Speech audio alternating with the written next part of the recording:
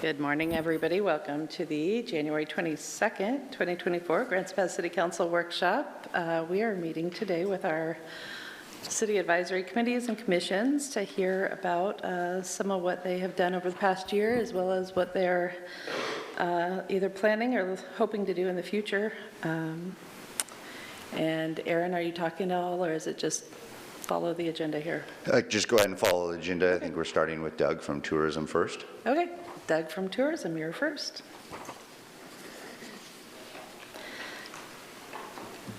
I barely had time to get nervous, so thank you for that. How's the plan? Well, good morning, Mayor, councilors. Pleasure to be here once again on behalf of the Tourism Advisory Committee. Thank you for working with us and allowing us to do the work that we do and helping us out when we have ideas and things that you can bring forward. So the purpose of the committee is to encourage visitors and residents to engage in community activities while enhancing the positive image of our city through marketing, promotions, and destination management. And the purpose of the Tourism Advisory Committee to review and advise the work of the city's tourism contractor. This includes reporting findings and recommendations to the City Council as needed. So do I need to be pushing this forward or? Arrow. The arrow. There you go. Yep. There we go. You got it. Okay. Yep, or the down. The down arrow. Okay. Now we're all caught up as far as the screen goes. This is the current committee. Myself as the chair, Terry Hopkins as the vice chair, and of course Rebecca Anderson, Michael O'Coin, Amanda Delvaglio, Winnis Grow, Barb Hotchenberg, Tamara Martin, and Kevin Hopper and Valerie as our liaison. Oh no, you're not our liaison for that. You're our liaison for Visitors Association. Brian De La Grange is our liaison. Accomplishments. I'd say our biggest success over the year was to incorporate the Sustainable Tourism Grant Program. And what that does is it allows local organizations to gain financing to promote outside of 50 miles. And what that does is makes more people aware of the events that we're having and is more capable of bringing them in town to spend the night in a hotel, which is the definition of tourism. That was a great success. Hopefully we will see that moving forward in the future, more people taking advantage of that, and that it will have some impact on the number of people that are finding out about events and different things that are happening in Grants Pass. There's a lot of work to be done here too. There's a lot of events I think that could benefit from these grants that maybe just don't know about it yet or haven't got involved with it. So I think there's a lot more success to be seen in this area as well. We were successful in instituting the outdoor dining program. And there is some more information on that up there. Unfortunately, not a lot of the restaurants took advantage of that. I wasn't sure if it was the expense. It was a little bit late in the season, but nobody did actually take advantage of that. Perhaps this year, as we get into the summer months, that'll still be available and it might be more successful at that point. Owl Parking Lot multi-use conversion project is in progress. This is something that not only our organization has been working on, but other organizations for quite some time. And I think that hopefully we'll see completion of that sometime in 2024. The Downtown Mural Program was one of our goals. We had worked on that and met with COPE and done some different cross-collaboration on that. It doesn't really fall under what we'd call tourism. We had looked at maybe using some funds from tourism to promote some artistic incorporations throughout the city, but it just doesn't fall within the range of what tourism dollars can be used for. However, we can support and advise and work with these organizations to do what we can. It's a great idea, and I think everybody would like to see the installation of more public art. Dollar Mountain Trail improvements. We've also can you advance your slide? Thank you.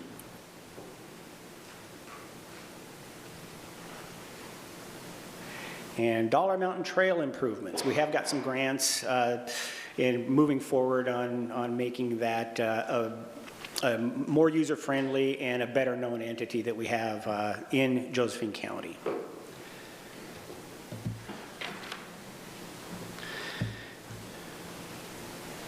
And now we're going to move on to our 2024 goals.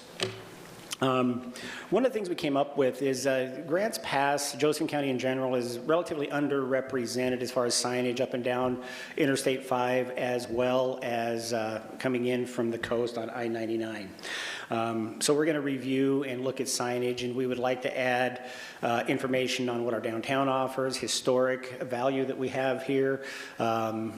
Other communities have these signs available. We think that we would be remiss if we didn't go down this road and explore signage and what it can do, and the attention from the I-5 and I-99 traffic corridors that it can bring to our communities. Dollar Mountain Trail naming and infrastructure. Oh, I'm sorry, did you have a question? Okay. Dollar Mountain Trail naming and infrastructure. This is something that we're going to continue with. We have talked about things like adding a viewpoint, stair features, more hiking in trails that would make it more available and friendly to hikers versus just bikers. And we'll have more on that, but this is one of the infrastructures that we are working on that will attract mountain bikers, you know, from around the state, region, and hopefully throughout the United States. And next, support the formation of a downtown organization and Main Street program. This is something that we've worked on and supported for a while, and I think everybody's kind of been in various progress of whether we're in completion or not. But this is something that's important. We have an amazing historic downtown, and using those events and marketing, getting the word out of what we have downtown was key, I think, to a successful tourism program. You know, and one of the things that we get, you know, I operate the Holiday Inn Express off of Exit 55. And one of the things we hear, somebody will go into town, they'll come back and they didn't know that, you know, they think it's your hotel in a Walmart. They got to go a little bit further. So some of our signage and things like that, directing people to what we have in Grants Pass, I think is really crucial. And we're not doing a great job of that in comparison to some of the other cities that we have. And that is it. Any questions? Thanks, Doug. Council, do you have questions? Rob? Yeah, thanks, Doug. So on the Owl parking lot conversion project is in process. Can you elaborate on that a little bit? I don't know exactly where they're at right now. This is something that's ongoing. I'm not sure when the finish date is, but I know we're talking about putting in stages and light and things like that. So I think all of those things are in progress, at least as far as what I've learned from the meetings with the city that we've had. So. Valerie? Yeah, my question was about the parklets, whether, you know, when you, if you've been out and talked to any of the people and seen if there was a reason why they didn't, you know, come on board with that, or if they were really still interested, and maybe the tourism, maybe you don't know, but and you know, maybe James does, but I was just curious as to how to jumpstart that. Again, I'm not sure. I didn't talk specifically with it. It was just one of the things that we as a committee had put through. My understanding was how late it might have come to fruition by the time they got everything done and had everything built. It might have been a little late in the season. That's a guess. I'm not sure what the expense was. I know there was some expense to put those together. I also know that some people downtown are not really keen on having the parklets, so maybe there was some collaboration there, such as if you're not a restaurant, you know, you may not want the sidewalk blocked in front of your store for people eating and that kind of thing, so at least, or taking up parking. Other questions for Doug? My one other question is about the meeting. Isn't that tomorrow night, Tuesday night, the one for the downtown? Wednesday. It's Wednesday night. Wednesday, okay. yes. All righty, and I would encourage if more city councilors to be there, because I will be there for that. Yeah, I do think it's an important thing, talking about our downtown, because there'll be a lot of people there. I'm hoping to talk about it, so. Thanks, Doug.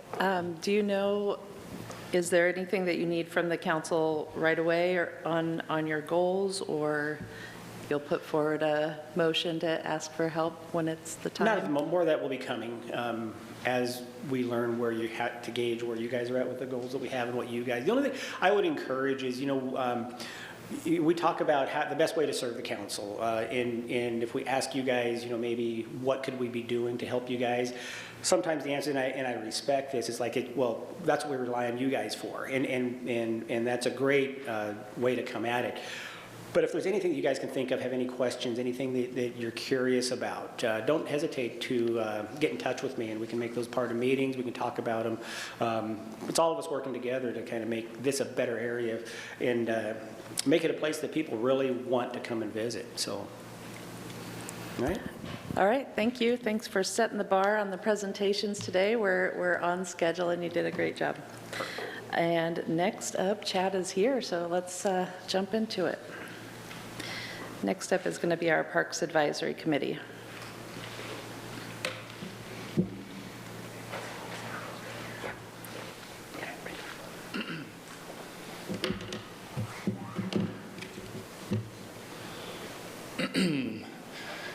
Hello, Mayor and Council, and everyone else who's here.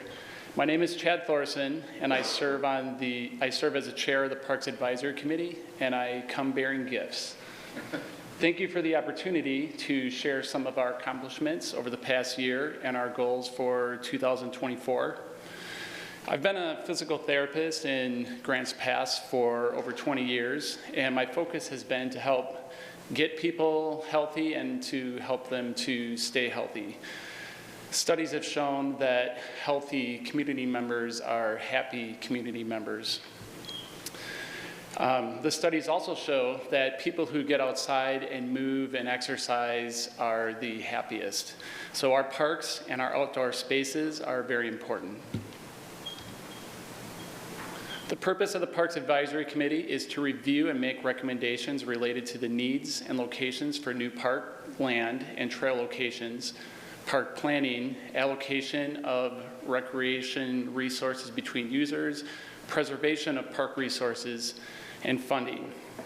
The Parks Advisory Committee puts a lot of effort into fully researching and considering as many perspectives as possible when we make recommendations to Council. We try to ask the hard questions so it's easier for Council to say yes. We also understand that there are many other factors beyond our knowledge that go into these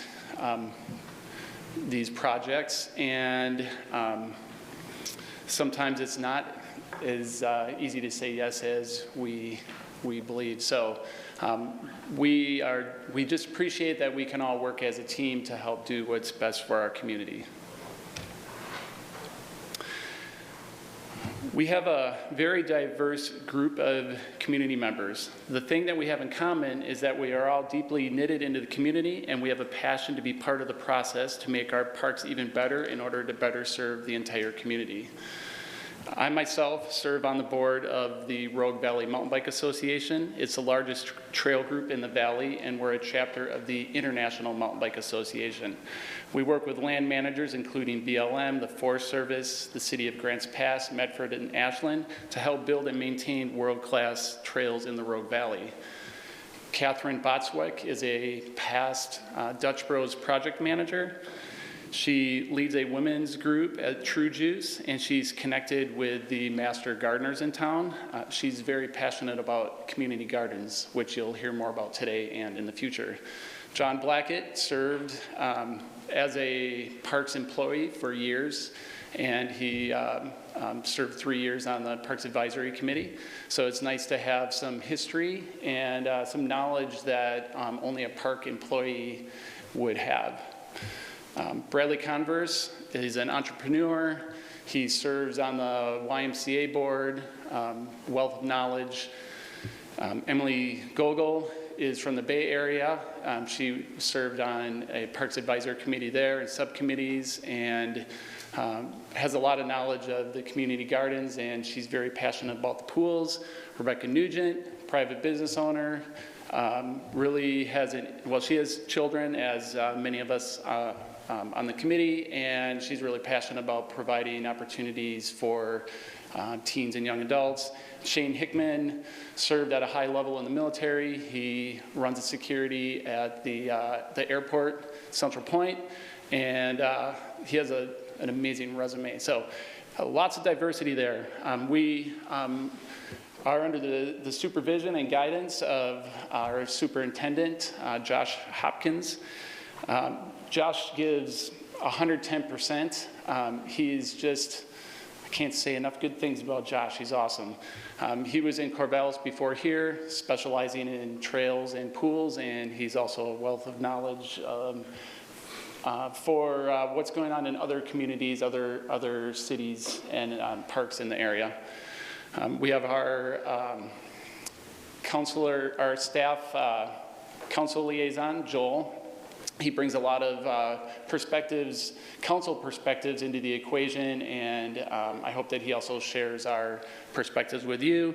And I also just wanted to give a quick shout out to the staff for, Jamie does such a great job with preparing the minutes.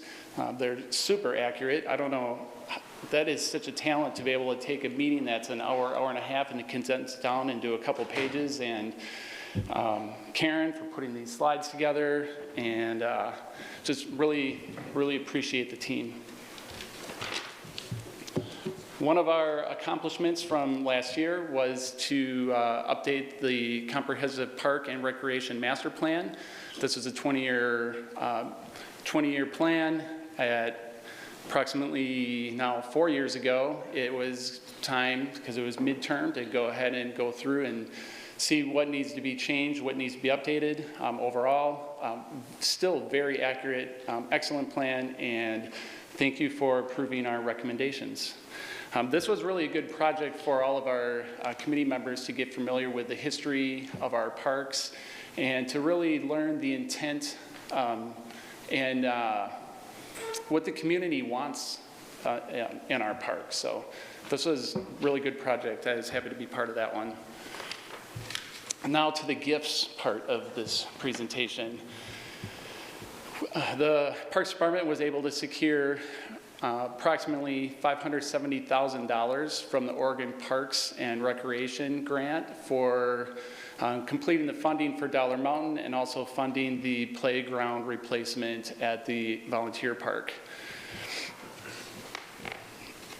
For Dollar Mountain, it was nice to hear Doug's mentioning of the Dollar Mountain for tourism. You may also hear about that today from Bikeways and Walkways.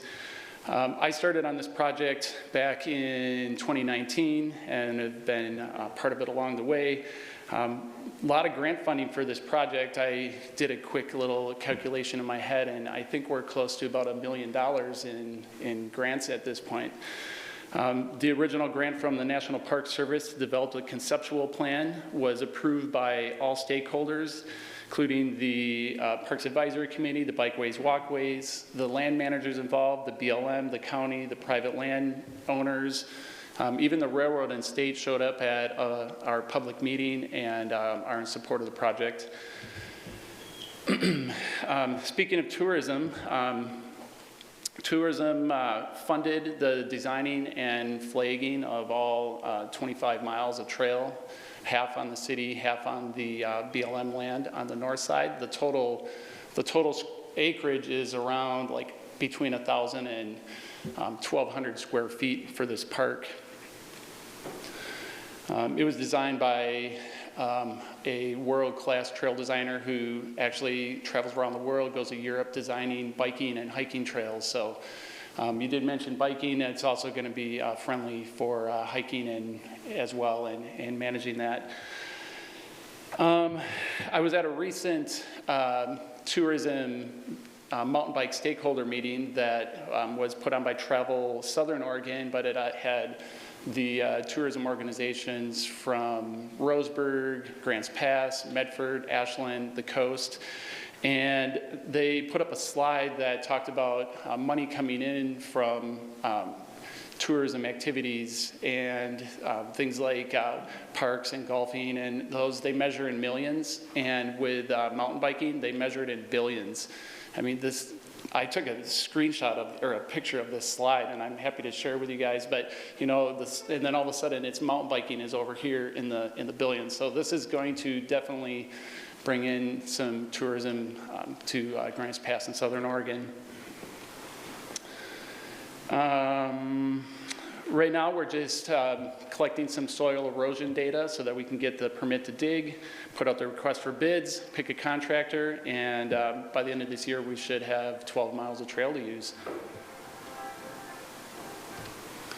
Oh, the play structure at Reinhardt Park, there was a life expectancy of about 20 years on that play structure. I think we're pushing close to 30 now on that, so it's definitely time to replace it. Sorry, we'll go back there. It's going to be state-of-the-art play structure with all the bells and whistles, and it'll even have this swing that wheelchairs could use. So it's really cool. Looking forward to that. We've participated in the design team selection and provided guidance for the Caveman Pool project.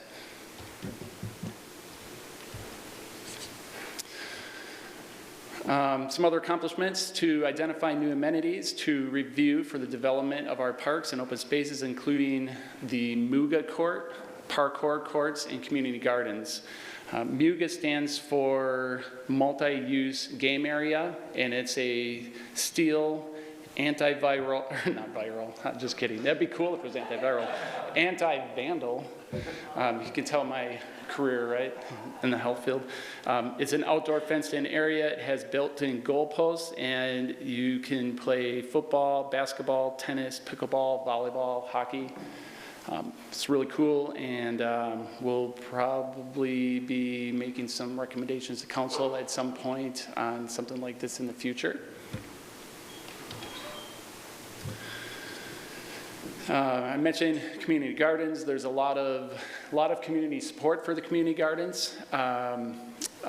Recently, you heard a recommendation from the Parks Advisory Committee to check into the feasibility of the gravel lot that's out on the corner there.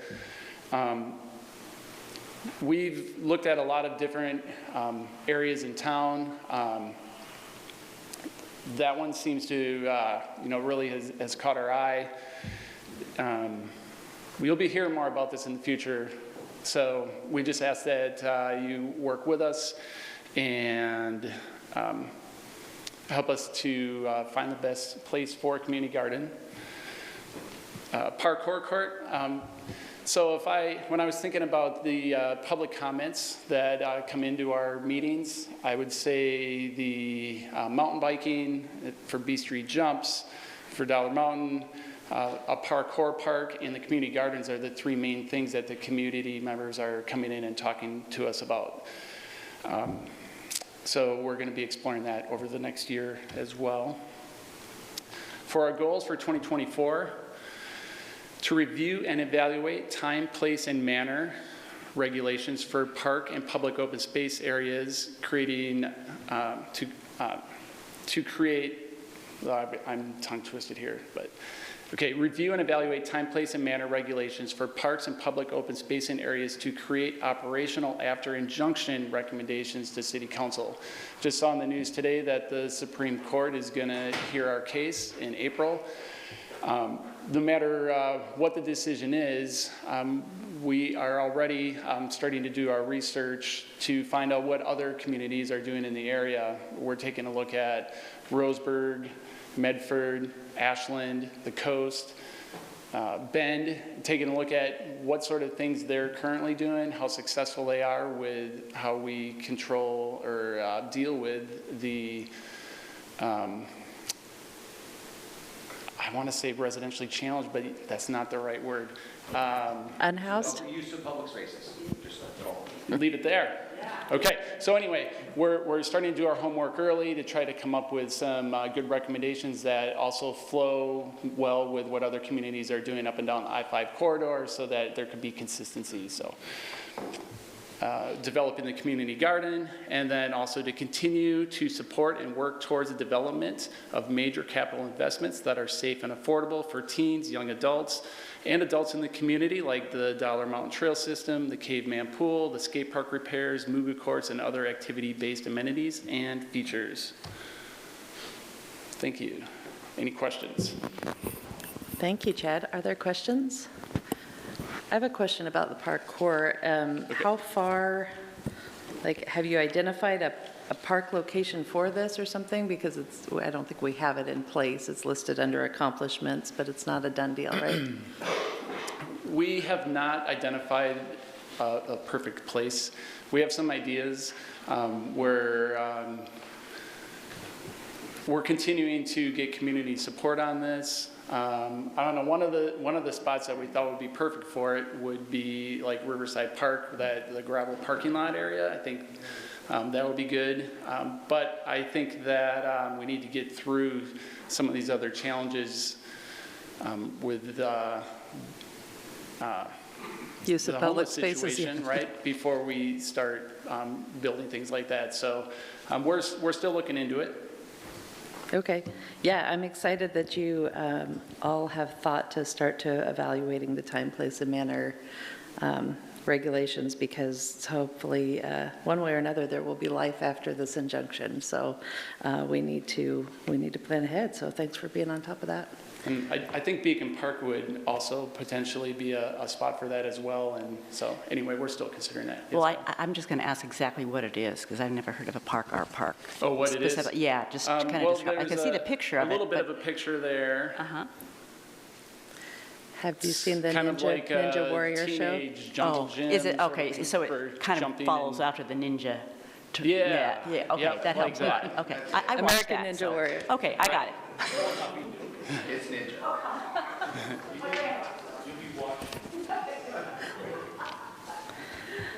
Kind of obstacle course type stuff. Other questions? All right. Well, Okay. thank you, Chad. Thank you. So far, I'm extremely jealous of all the fun stuff you guys get to work on. Well, we get to work on oftentimes not so fun stuff. Housing Advisory Committee with Doug Walker is going to be next. You gonna give me a tutorial? I am. All right. I need it. Just up and down. Okay. I can do that. Hi, this is Doug Walker, Housing Advisory Committee. I'm the chair. Housing Advisory explores opportunities to facilitate provisions of housing for all income levels and to make recommendations to the City Council. I don't know if you want me to read all of this or not.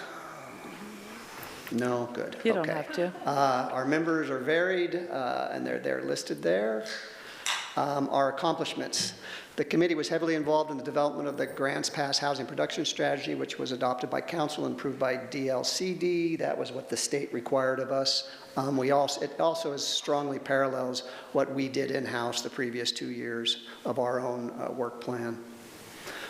We published the new housing landing page on the city website for information with citizens and developers, with a variety of different tools there. And part of that, which isn't maybe listed there, but the mapping page as well has been a big, I think, asset for those that know about it. Developed an annual housing incentive and initiative marketing plan as one of the housing production strategy items. This is probably one of the more important things we need to work on, and we should continue to work on, and that's basically public relations and letting the public know what we've done and what we've changed in the last few years. It's very hard to keep up with those things, and most developers, most builders, most potential developers don't have their ear to the wind, trying to pay attention to what the city has changed and what we changed and what we're about to change. So we do need to make sure we self-promote as a community and as a city what we've done and the things that we've done to make it easier to build. So we're going to continue to work on that, and hopefully we put as much energy and resources into that as possible. Number 4, we've moved to lower the minimum lot sizes in the R112, R110, R18 zones, and that comes through the Middle Housing Code development amendments, and that's a pretty biggie.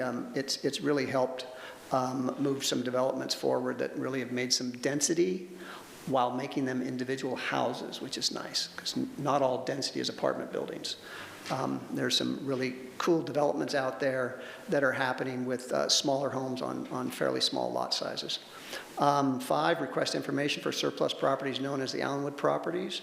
We published that. That was an RFP, I guess, for different builders and how they might want to develop that Allenwood property. CDBG was streamlined through an overhaul of the program, and the five-year backlog and funding was distributed and catching up to its annual allocations. And there was a lot of work that went into that, a lot of messy sticks that were dropped that had to be picked up, and Aaron's team, the city staff really deserves a lot of credit for that effort, and a lot of hard work there. Ann Ingalls, Amber, Brad, and I don't know who else, but Aaron's team deserves some credit for picking that up. One of our, not to poo-poo somebody, but one of our community members that was a partner on that really dropped the ball. Number 7, the Development Code Article 22 is in process of being amended to remove barriers to infill and multifamily development, focusing on excessive open space requirements. That's in the works and nearly done. Number 8 accomplishment, the new solar setback standards were adopted in the Development Code, making processes easier for developers and city planners to both develop height, which is good. And that was quite a bit of work as well. Staff deserves a lot of credit for that. Our goals. Number 1, building height development code amendment to raise the maximum building height for the R4 zones and general commercial zones to allow for building heights commensurate with common multifamily development types. That's a biggie because we have some fairly restrictive height limitations. I believe it's currently in the 30-foot range, which is pretty low for any kind of high-density developments, either commercial or residential. 2, begin multi-unit property tax exemption program analysis, the MUPTI, the fun acronym to say, MUPTI. What we're going to need there is some input from you all and whether you have an appetite for that. So I'm going to go through these goals and then we'll come back to number 2 and number 5, which are, I think, the ones we need to talk about. Number 3 goal, complete development of the urban renewal area high-density residential development incentive program. And that's basically the urban renewal area incentive program exists, but it doesn't have a lot of detail in it yet. So a developer could come forward and say, I want to use this, and there's no details there to say how and when and why it applies. And so that we're working through those details, and we'll bring them to you for both feedback and to get guidance from you. Number 4, complete a short-term rental analysis. We do have probably a building, I don't know, problem, maybe the right word, I don't know, of what are thought to be ADUs being built, but that are turned into Airbnbs. And not that I'm against Airbnbs, but you all as a city are incentivizing the construction of ADUs with the general intent, I assume, for them to be rentals for the general population of the community to help with their housing crisis. And what turns out is happening with most of those, they're turned into Airbnbs for people who either live here or are visiting. And so we need to take a look at that and say, okay, are we creating a monster here with this giant population of Airbnbs? But that comes with, if we do something with that, about that, it's going to come with restrictions. And a lot of times we don't want to restrict people and their uses. And so we're going to have to figure out how to make a compromise there. And then number 5, analyze shifting various existing incentive programs to include incentives for high-density developments. So in the past 5-7 years, the Housing Advisory Committee, most incentives that were created here at the city have been focused on low-income housing. You can get an incentive if you guarantee it's going to be for low-income people, and that's fine and a good thing, but we're also missing a really important thing, which is high-density multifamily projects that are workforce affordable, not necessarily low-income affordable, workforce affordable. And one of the important things about those, and the fact that we haven't really built any of those in the last 30 years, is that they naturally become over 50 years, 70 years, 100 years, low-income housing. And so we've sort of squeezed off that pipeline of those projects over the last 30 years. And what we want to see, if you all have an appetite for, is finding incentives for those dense multifamily projects that aren't necessarily low-income. And if we can figure out ways to do that, we should do that so that we make sure those are getting built as well as low-income housing, because they will become low-income housing in 50 years and 80 years. And we don't want to screw this town for 50 years from now, 100 years from now, and be in the same problem we're in now where there's not any naturally occurring low-income housing rentals. So for these goals, really number 2 and number 5 are the ones we'd love to have a deep conversation with you about it from the Urban Advisory Committee or Housing Advisory Committee. A is number 2, the MUPTI, multi-unit property tax exemption, something you have an appetite for that we can start to look at and find details about. Because that's basically giving somebody a property tax break, 3 years, 5 years, 7 years, whatever you in exchange for a certain density level of construction or some other thing that the city benefits from, where they're not necessarily building now. And then number 5, the other thing we want feedback from is it okay to give people incentives for developing just high density, not necessarily low income, but high density at fair market rates? And that is the end of this. Thank you, Doug. Questions? 4 minutes, I get a coffee mug.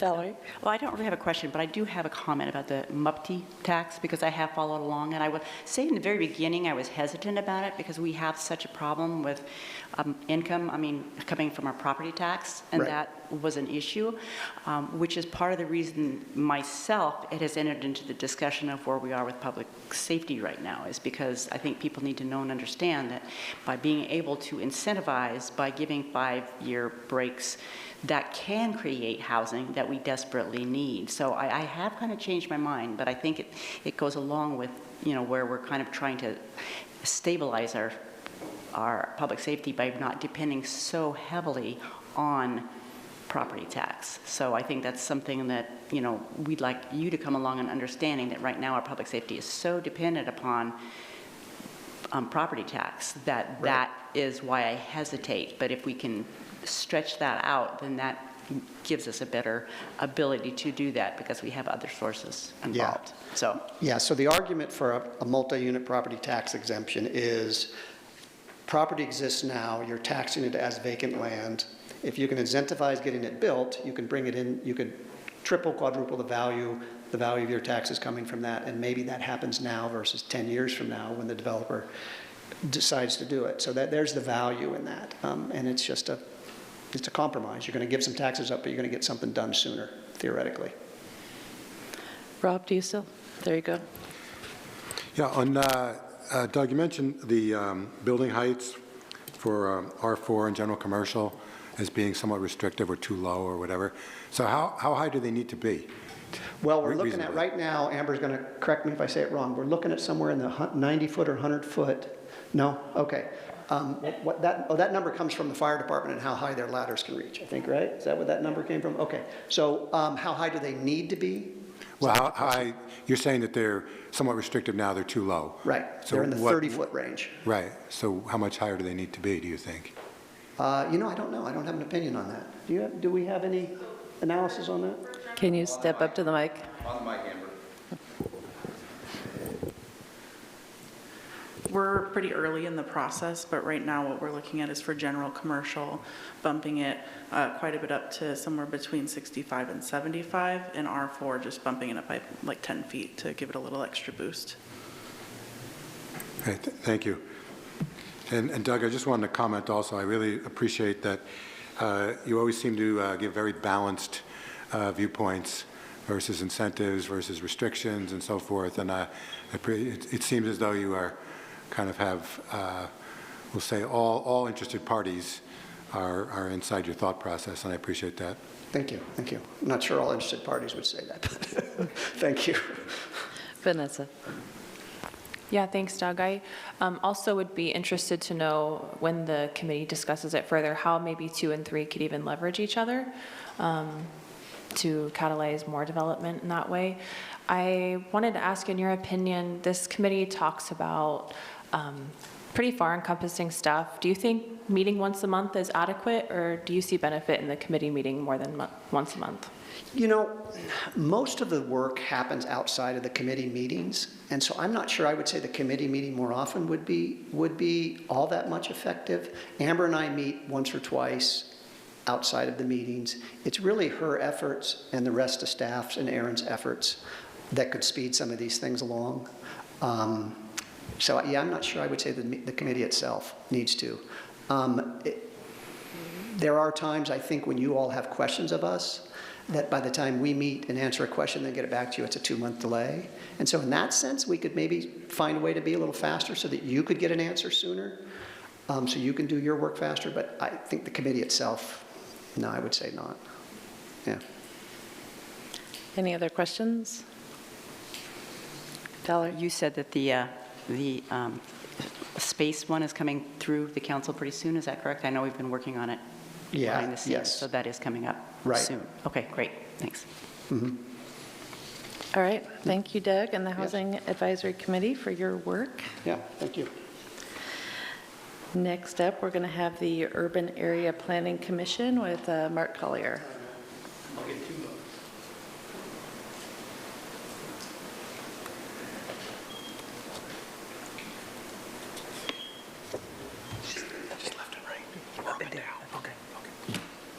Hi, greetings, Mark Collier from the Planning Commission.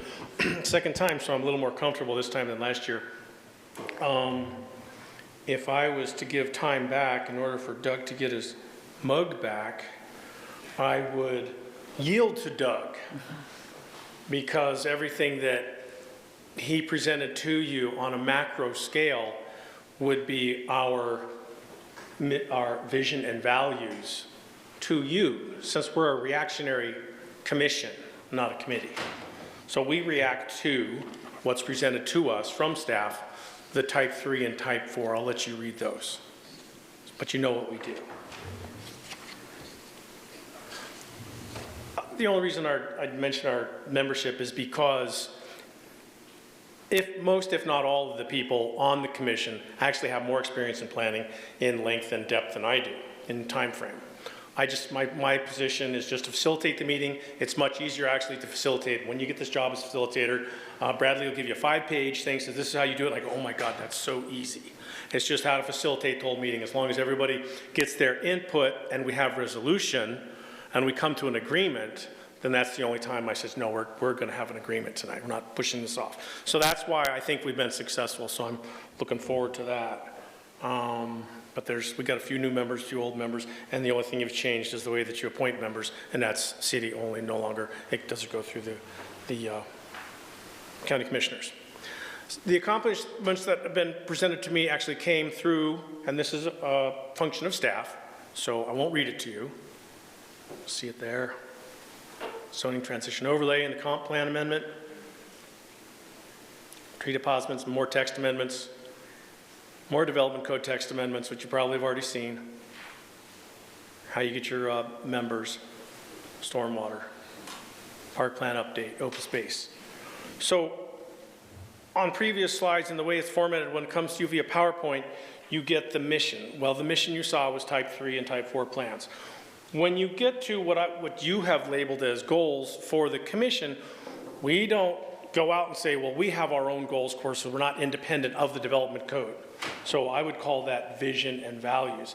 And our vision, as the mission, vision, and values, reflect from the strategic plan. So just a minor tweaking of there. So I'll let you take a look at those.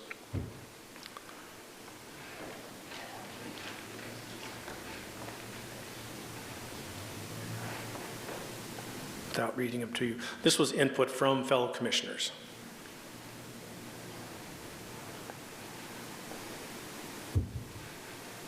Once I make eye contact with you and you're done reading, I'll go to the next slide.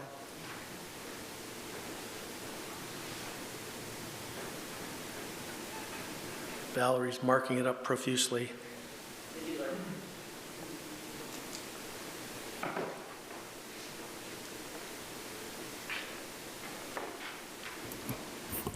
It wouldn't Go to hurt, the Doug, next slide. to read through the goals for us. You want me to read them to you? Yeah, if you could read them. Identify development incentives that encourage buildings, smarter, safer, scalable city with adequate infrastructures and services. Identify key metrics and data applied to certain land use policies and projects that measure its impacts if approved and implemented. Encourage downtown development with phased-in code adaptations to increase housing in the downtown buildings where a retrofit is prohibited due to cost of code updates. Continuing encourage and market building conversions to residential units and commercial areas with possible financial incentives such as decreased property taxes or expedited approval for minor small projects. Market city ADU options and emphasize free plans available, middle housing code and land division impact for development in the future. And this is where we get in, and I did get this input in the text for these slides. And the thing that I'm hearing from the fellow commissioners is that they're, through the Middle Housing Code, is to how do we facilitate a shift from single-family residence to multifamily residence? And if I was to go further into that, I would call Doug back. So you saw that in micro detail with the Housing Committee. So I would be just going up another 10,000 feet if I told you more about that. You saw it all there. So hopefully that sinks in. I would literally have to take it to 50,000 feet to go and expand on that, and I don't think we need to. So that's why this is pretty easy for me. We're not really advocating or selling anything. We filter the projects, type 3 and type 4. As the Middle Housing Code has come to us, more projects are siphoning away to the discretion of the Community Development Director, and that's fine with us. So we own less. And that's 99% of what I had. The rest is that. Thanks, Mark. One thing that might help, the council knows a little bit about this maybe, but you had identified a year or two ago in strategic planning to have better relationship and with our committees and to encourage them to work with each other, which we've been doing not a monthly, but a quarterly meeting with me and the committee chairs. And I don't know if we've managed to pull off 4 a year, but we have done at least 3 a year. And so one of the things that came out of that was recently UAPC, is a deciding body. They're not an advisory committee, but they had some ideas after hearing, all these planning issues come through. And so we talked about that at that meeting. And so now Mark has been in communication with Doug Walker and the Housing Advisory Committee to relay from the UAPC to the Housing Advisory Committee some of the issues that they've been seeing come through. So And where you asked Doug if he might need to meet more than once a month, and they said, no, it does outside. The quarterly meeting that you have with us, Doug and I decided would be better if it was Housing, Planning Commission, Council, because the rest of the meeting got distracted and we looked at each other like, why are we here? So we have a different role, a different venue, parks, tourism, things like that. If it's a different language. So if you wanted to do something separate, then yes, because I really shadow or oversee, not directly, strategically what Doug does. What does housing do? And Doug is Doug, he's an entity unto himself. So what is housing doing? What are their goals? How do we react to that? How does Planning Commission pull through? What do we see? It's just a vision. It's not an action. So it's like you said, yeah, the more time that Doug and I spend together, I go, oh, okay, I get it. I get it. That's why I asked to follow him so that I could say, go back to what Doug said. If you want more housing, if you want more development, if you want to transition from single family to multifamily, he hit it. And then I have a question because I don't remember exactly how far we got in the process of pulling this out and just making it a city commission without the county appointed. Is that fully in place now? And you have a process for new people, and we just carried forward with anybody who was previously on the commission? I think we just we grandfathered everybody. Grandfathered them in. Yeah. Okay. So and we do have a process in place, and it's fully baked. It's all done, signed, sealed. Okay. Yes. Thank you. Rick. Thank you, Mark. Can you go back to item number 3 in downtown development? Do you have any insight how to address the situation? I feel like we've been hitting a roadblock every time we ever look at that because of building code requirements. We would like to see some. We're not experts. We don't do deep dives. It's presented to it. We mirror it from the code. That's it. If we find for or against something, it has to be something defendable at LUBA. We don't do that either. We don't want to upset the apple cart. So we don't dive into for solutions. It's just not in our ballpark. Okay, but we do Someone else has appreciate got to. you supporting that. Sure. Thank you. Valerie. Yeah, my question just comes down to, because it seems to me that we have seen with the Middle Housing Code more duplexes and triplexes. And so I was just, I guess I don't know to you, have you seen more of those come through? What I can tell you is, and so the engineer that does 90% of the projects that come before Type 3 and Type 4 of the Planning Commission is Justin Gerlitz, and we finally were able to say, besides After's project, we asked him a few questions. What do you see? And we don't usually do this in a project. It's a public hearing, he presents it, it's open, it's closed, and we said no, so we need to hear from him. So we pulled questions through. And he said that he has seen a 100% increase in the amount of material that's come through him on probably the other ones, because if you take a look at the Site Plan Review Committee, and you look at some of those things that never become before the Planning Commission, you'll see Gerlitz, and you'll be doing this, and you'll be doing this, and you'll be doing this. Okay, all those things, he says, he's got 100% increased. What I would like to see, and I think what you want to see, and you kind of have it in place because Gerlitz is with the Housing Advisory, or excuse me, the, what's that, Developer Code, Builders Code, Developers Association. Yes, home builders. The more communication you have there, the more communication, that's where it happens. It only comes to us well after the fact with Type 3 and 4. We get the tiniest sliver of the tiniest portion of those things. Where you need to continue to engage is to find out from Mr. Gerlitz what's going to pull more things through. That's what I'm hearing from fellow commissioners. Figure out how to shift from single-family residents to multifamily residents, and those are the experts. That's where you need to go, and you'll pull them through. Any other questions? All right, thanks for being here, Mark. Yep. All right, is there, I don't see Ward out there. Is there somebody else who's presenting for HBSC? Okay. Bob, since you are here, would you mind switching? I don't mind at all. It looks like you guys have some sandwiches, though. Did you want to? Well, I could give us a 10-minute recess, or I could switch them, but I figured I wouldn't want to make you wait while we eat. Or you can eat. Or I'd have to give you my lunch, that's the thing. Thank you. Thank you. And really appreciate the presentation that we got before coming. That actually really helps a lot. There's, I think, only changes that I saw when we get to the goals. There's a couple little things that are different there. The purpose of the committee, it's a good place to start.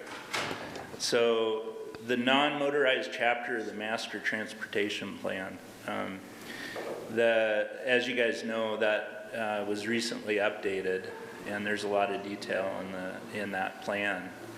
And so what we try to do is see if there's things that are kind of missing from that. Maybe we can help identify issues that can get new funding, or Hayward. Did you guys want to change the order? Or no, we'll just stick with this. Okay. So that's one thing. It's a little hard to do that because so many of the things are so far down the road. Like, for example, one of the things that's identified in there is a pedestrian bridge at 5th Street. So that might be problematic for visuals for the Caveman Bridge and so on and so forth. So some of the things you can say, yeah, they're going to happen. Other things not so sure about, right?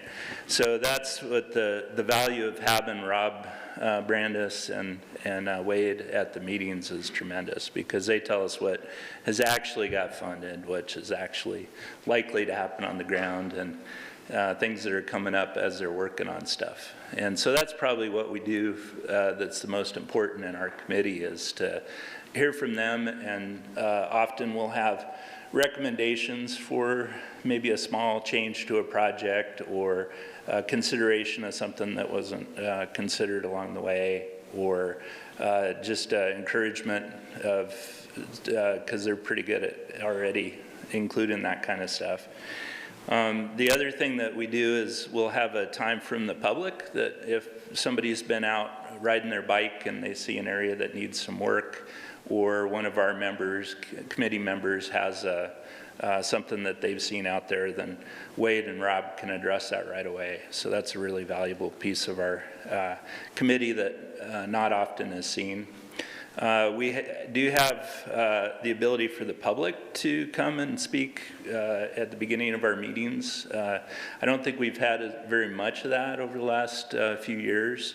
So that might be something to think about as you're talking to the public, to make sure that they know that they can come talk to specific committees.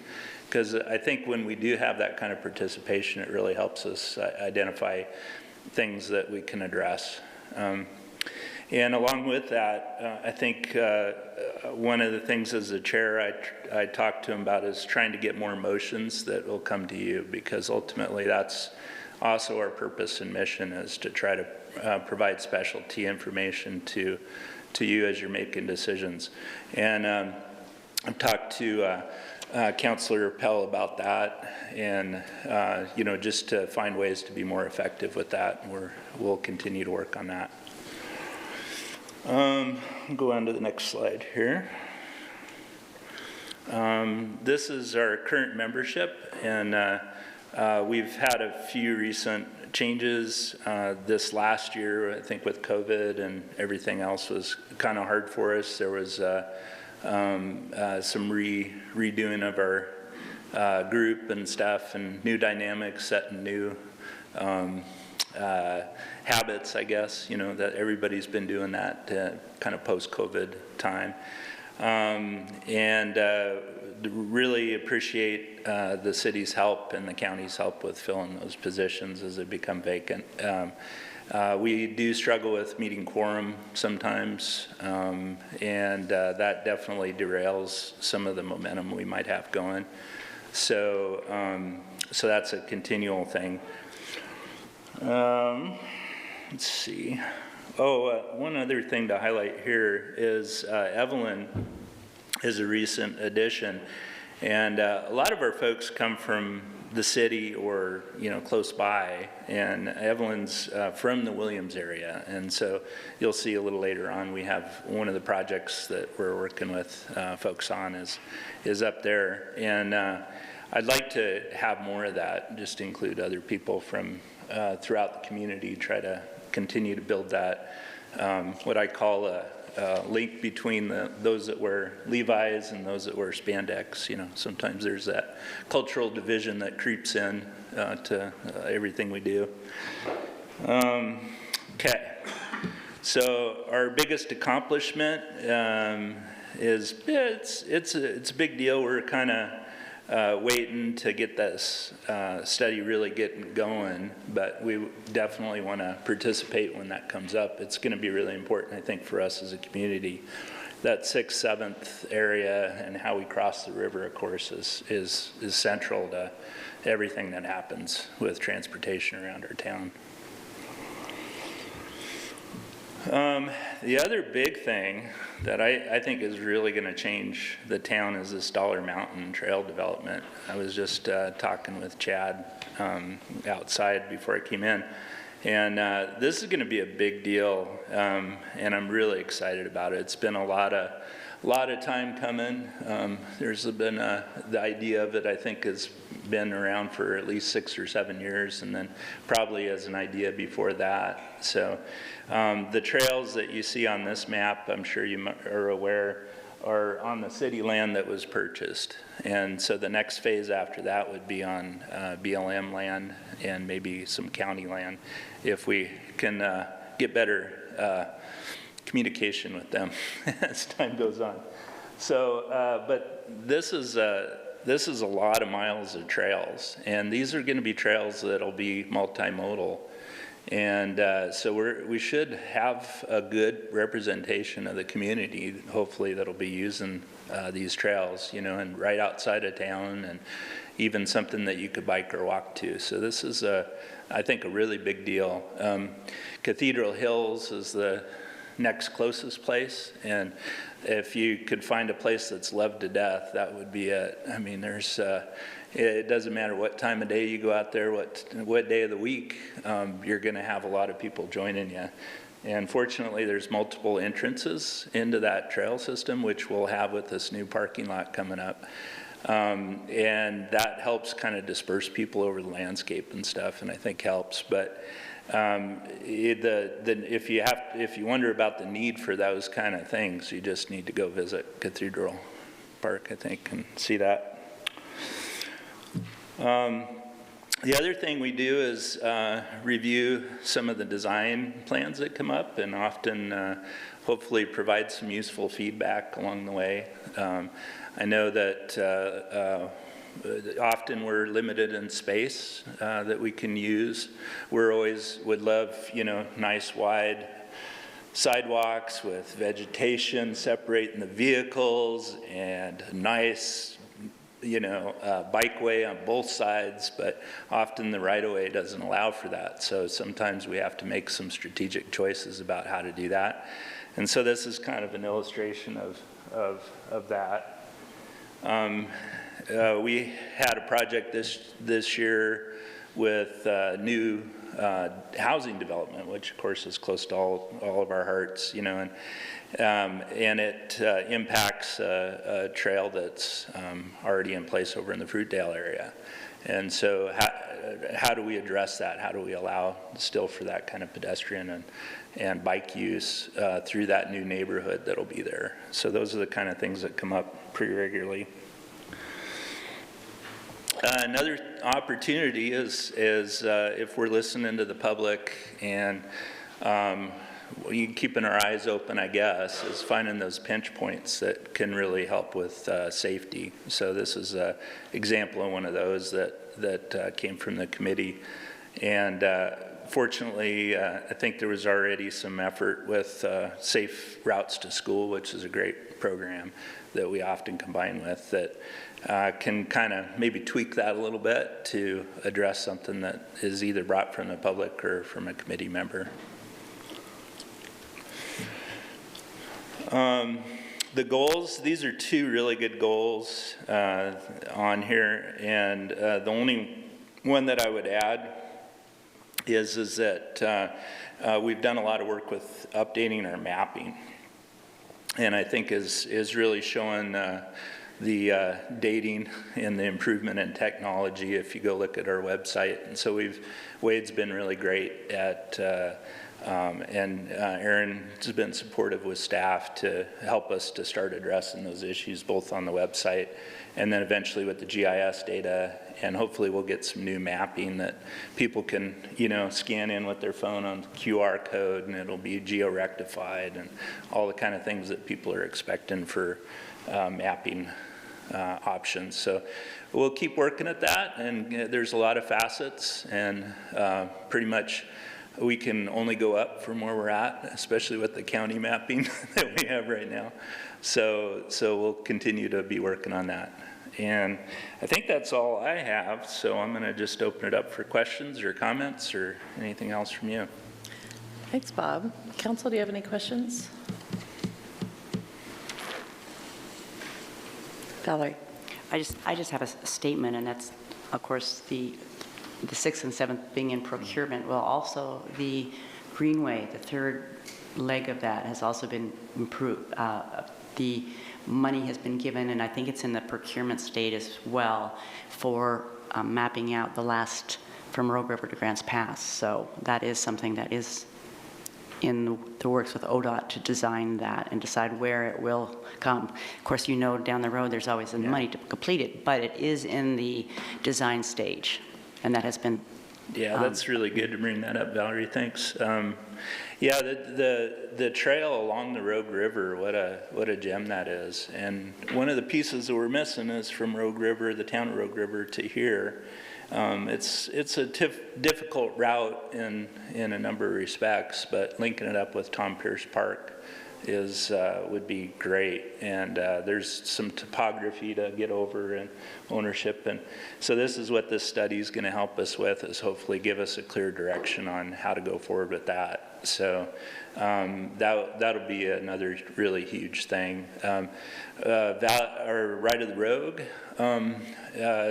was able to have the ride again this year, and we've got a committee member that's very involved. Well, she headed it the last 2 years, and that's Leslie. She's indispensable for our committee and for that group, I know too.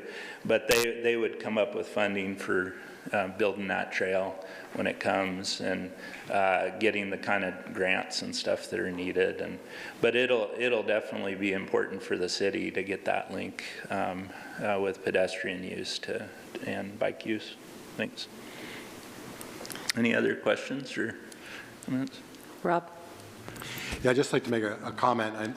Similar, last year I commented too, mostly for council's sake, that it was to give them an idea or the understanding of how much patience it takes for the bike committee, because in a major way, the bike committee has to wait for, city government, and has to wait for state and sometimes federal and ODOT to get involved.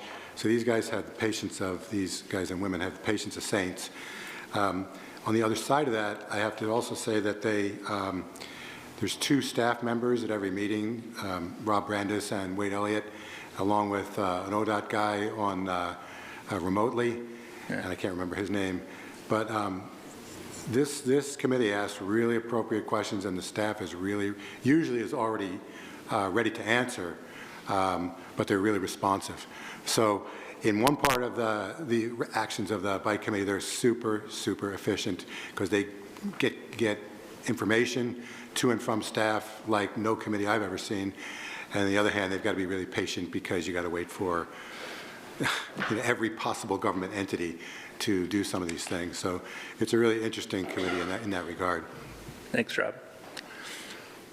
All right, thanks for being here today, Bob, and for being willing to switch up. Ward, you are next. We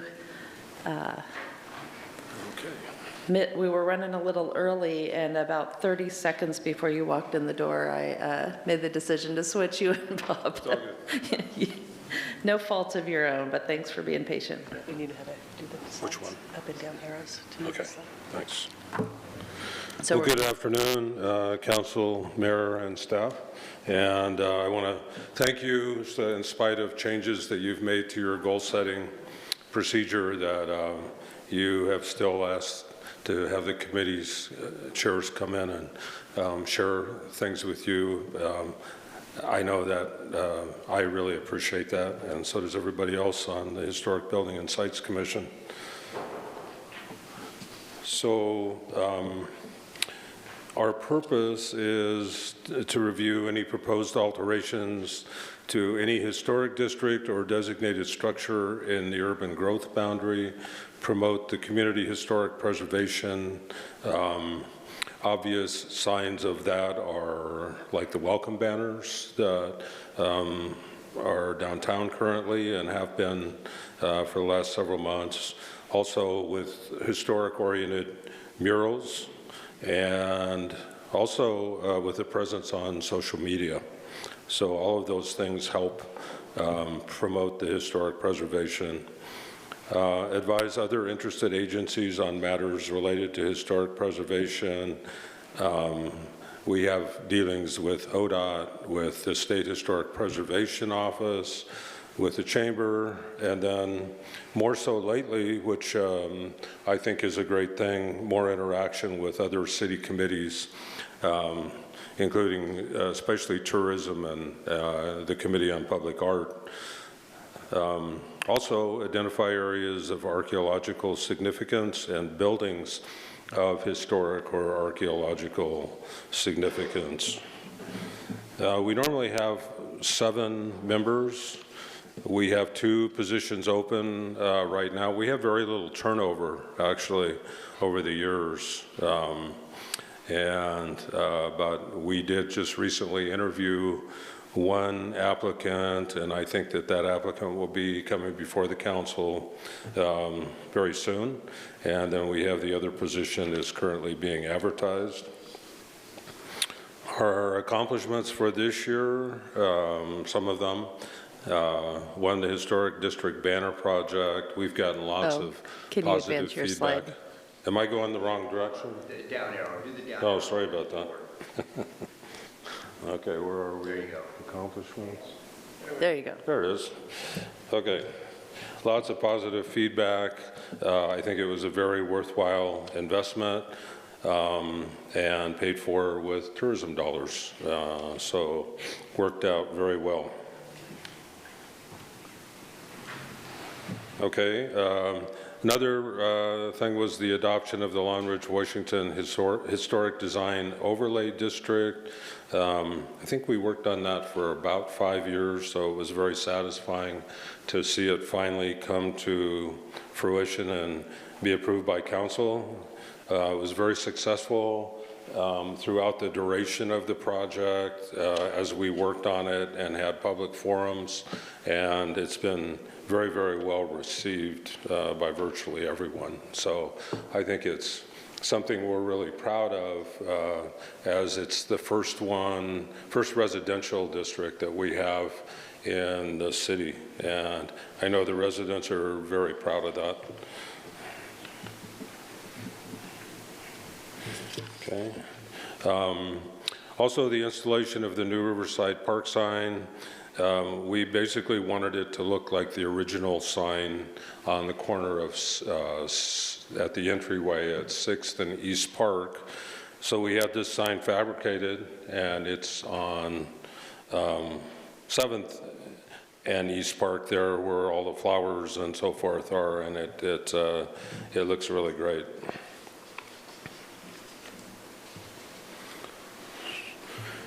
HBSC really had a pretty busy year. We also had several development reviews, including the Edson Cafe, which should be opening in the next few months. And that's right down from US Bank in a circa 1900 brick building. And then, of course, the Welcome Center, the old Forest Service building. We granted a partial demolition of some buildings on that property. And then also another new restaurant coming to us soon is Nellie's Cuban Cafe on 4th Street. And that should also be opening within the next 2 to 3 months, I think. We're also advocating to preserve the old caretaker's cottage at Riverside Park, and we have provided design direction for the parklet program. Hopefully, maybe that comes back this coming year. It kind of got stalled for some reason in 2023. So our goals for this year are review municipal and development codes pertaining to historic district sites and properties and suggest revisions where necessary. Through the course of having some public hearings, sometimes we find that there are things where the development code or the municipal code are outdated in terms of what our guidelines are when somebody, you know, say buys a property that has been vacant for quite some period of time or whatever, and so we see value in doing that. Also, when we brought the Welcome Banner project forward, it was suggested and I believe approved that there would be a handful of larger kind of permanent welcome banners at the gateways to the downtown historic district that would be very visible to people actually as they're going down 6th Street, like one at 6th and G, for example. I forget what the other locations were. I think maybe 7th and G, 6th and E. I think there were 4 of them, if I recall. Also, another item would be to review the signage and other elements of the downtown Welcome Center remodel, which is pending. And I believe, my understanding is that that project should actually start this spring. So we're excited about that. Let's see. So we have talked for a couple of years about doing something to commemorate the railroad in Grants Pass and how it contributed to the city's development.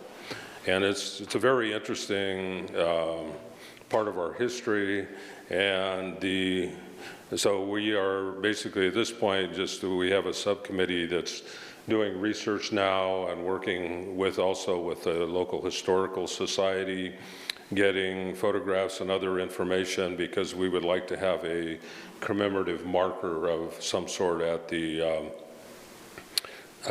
former site of the depot.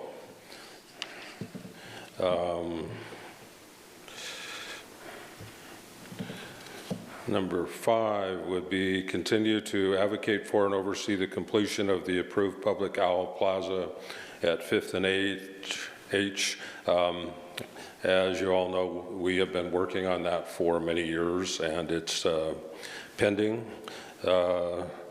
Continue to work together with COPA and tourism on historic themed art installations downtown. Hopefully you've all seen the 2 sidewalk murals that we oversaw the installation of and worked with both tourism and COPA. We had a subcommittee of the 3 groups that worked very well together and had outstanding results. One of them honors the Takelma tribe, that was an area tribe, and the other one honors the smoke jumpers, the Siskiyou smoke jumpers. So both of those are at 5th and H Streets. Really nice sidewalk murals, again paid for with tourism dollars. So it's nice that we have been able to work together with those groups and make this kind of progress. Number 7 is research CLG, state grants and other grant possibilities. That's in process. Install signage marking the recently approved Long Ridge, Washington Historic District. That was actually a bug that the mayor put in my ear. And I think it's a good idea to mark that district and to have signage on both Long Ridge and Washington. I think the simplest thing is to just call it the Long Ridge, Washington Historic District and not get real technical and make it long and wordy. So it'd be nice to have some signs there to mark it, and then also to put it on future maps to include it as well. I don't think we really need directional signs, but I do think signs marking the district would be very appropriate and low cost. And then last on this list is repair and maintain the caretaker's cottage in Riverside Park for future use and for posterity. And I know there's more outreach needed on that one. I know that one tends to be a little more controversial. I don't believe any of the others are, to my knowledge, but I know that one is a little controversial at this point. A couple others that were mentioned by other members that didn't get on the list. One was to expand the vintage street lighting throughout the historic district. There's still some areas that don't have it, and because it adds hugely to the safety of pedestrians and people enjoying our historic district, I think that's a good one to try and pursue. It's been on the list in years past. And then also one that has been on the list every year for as long as I can remember is increased parking downtown. And I just decided to leave it off the list because it never really gets any attention, and I thought maybe a little reverse psychology here would be good, that people would say, hey, what happened to the parking thing? So anyway, that's pretty much our list. I would like to say that the good news is, considering budgetary considerations, is that almost all items on this list on our goal list can be funded without general fund dollars, either utilizing tourism, UR, or private sector and grant funding. So very little in here is actually would require general fund dollars. Any questions? Thanks, Ward. Any questions? Valerie? It's more of a comment, and I just wanted to say thank you for working with the other, that's been a real positive, I think, having you work with the other COPA and, you know, the tourism. And I can see when they were in, one of the things they were talking about is the signage for her historical. And I know with the CLG, I can't remember what it stands for, what is the CLG, you can get more grants for certified local government, yes. And once you got that, that opened you up to also getting more grants. And so I would hope that you're working strongly, because I'd agree there needs to be more signage on I-5 and other places showing what we have, the gem that we have downtown. So I hope that that continues to be pursued. Yeah, thank you. Yeah, it's really been great to be able to work with the other committees, and I think everybody feels good about it. So anyway, I also want to say, did anybody else have any questions? Okay, well, I would just like to say that I do appreciate our council liaison and our staff liaisons and the support of you all, because we couldn't do it without you. Thank you. Thank you. Thanks, Ward. Next up, we have our Committee on Public Art, Cal Kenny.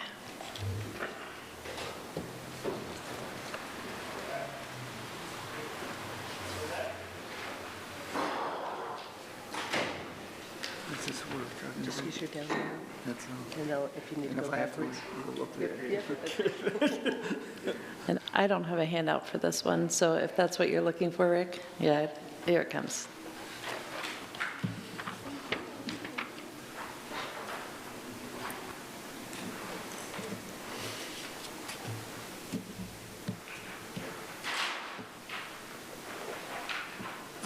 Yeah, the Committee on Public Art.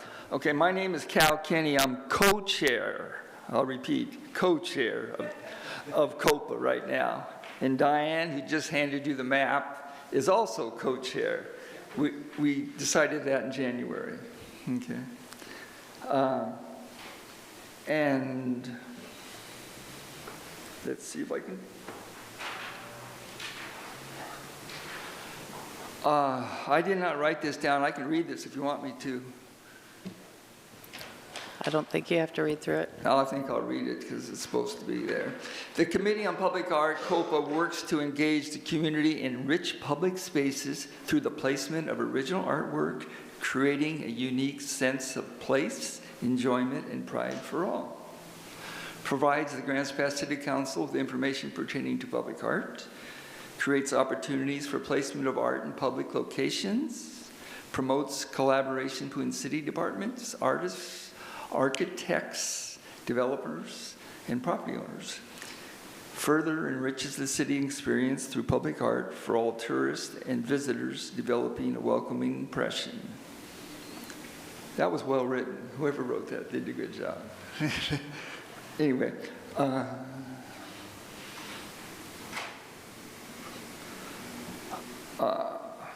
Diane Dahlgren, I'll apologize, her name is misspelled. It's the first name, anyway. She's a retired CPA. She lived here all her life. I have been known to be a little creative in poetry. Michael is a historical whiz of Grants Pass photography. Deanna lived and studied the arts, is an animation expert, pages on her resume. Judy grew up here with community involvement, very good fundraiser. Joan lives for the arts, and Sue is a photographer and attention to detail. And we presently have one opening. What we're looking forward to this year, continue the public art of the month. Each month, the first weekend of the Grants Pass Daily Courier edition, we place a photograph and a little blurb, okay? We have completed 29. Savage Rapids Dam mural on GP Irrigation Building in February will be number 30. 6 more in current cycle. Courier gives us a great deal. Art in Motion project.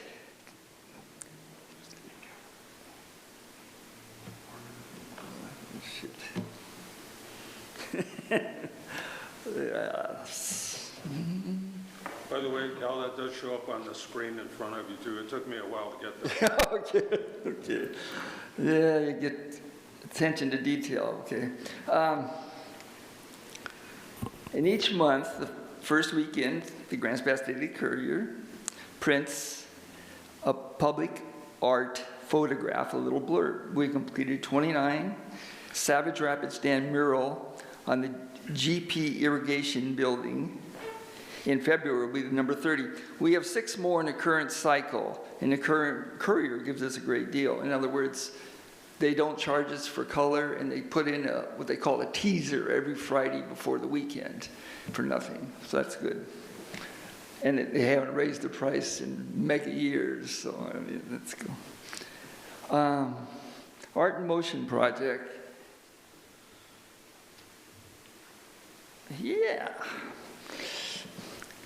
We change them out every 6 months. Okay, these are on the buses in town. Many years in this endeavor. We concentrate on a variety of art mediums and glimpse of thought around town, I called it. And thanks to Republic Services.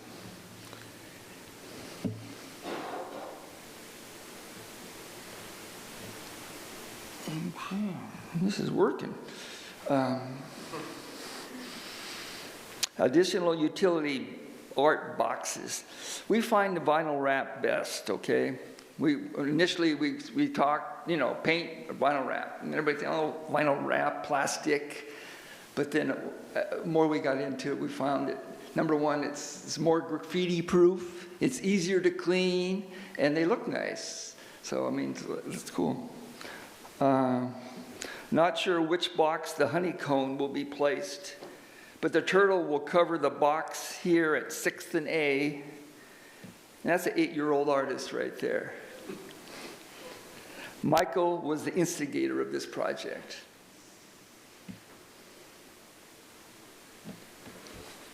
Okay, in front of you, you have this.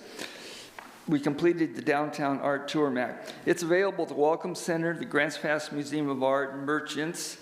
The subcommittee was led by Diane with Deanne and myself. We literally did the legwork. We created the rough draft, and Tony Middlestad at Grants Pass Travel and her team put together the great user-friendly final product. And yeah, we're very proud of this. Created citywide public art inventory. Diane completed what Dennis Hatch, who's the previous COPA chair, and their committee started. Now it's on the city computer. Okay, our goals.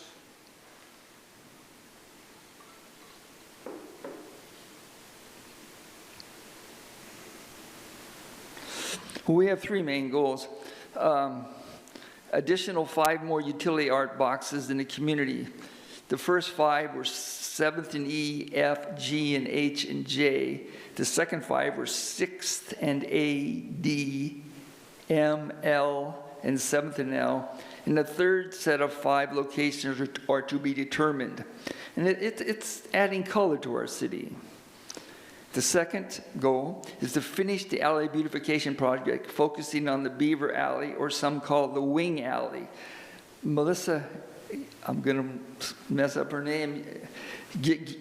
How'd you say? Gigliari, okay, a good Italian name. Will have given us her latest proposal before the next HBSC meeting. She painted the duck mural.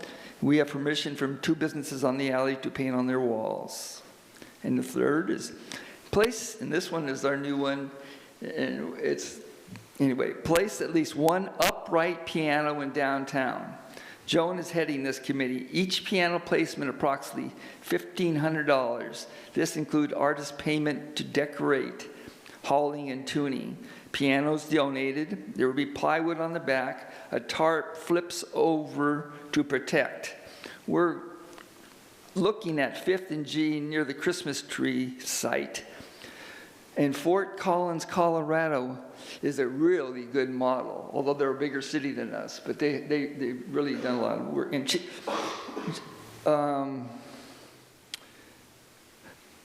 She's written this up really well, and she's communicated with the people in Colorado. Okay, also I have some other things. I'll just read them out here, but I don't think they're not up here. But Wings Collaborative Community Mural Project, we call it. Engage high school artists with professional artists to create wing murals. It's a self-eye spots. You know those things you stand in front of and get your picture taken? Yeah. We're researching the location, and we have money for this.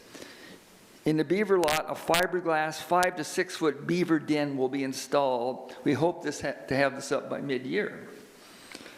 With Brad and Aaron signing off, we awarded a certificate of commendation to Linda Harmon. She initiated the Squirmy the Rock Snake in Riverside Park last summer.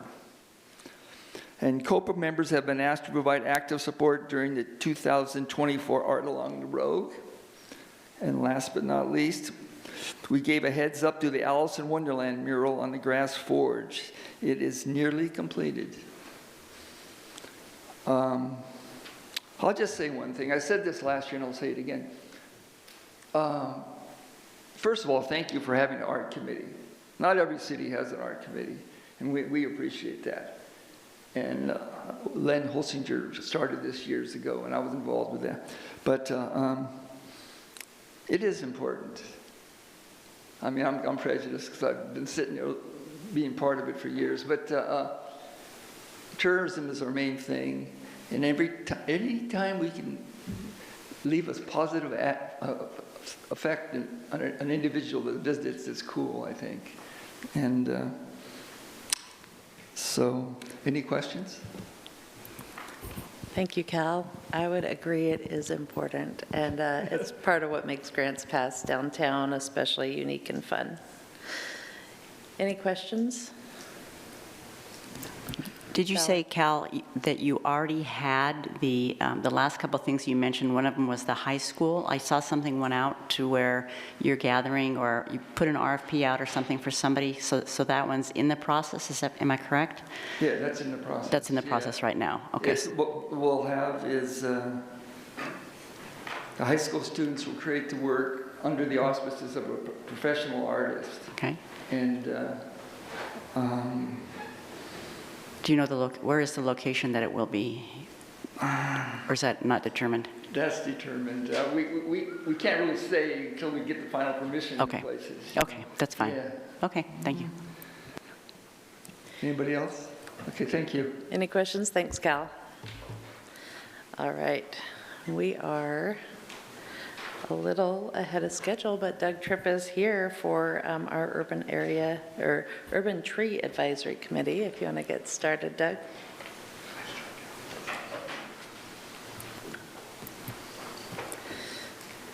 We have 3 chairs today named Doug and 2 named Bob. So.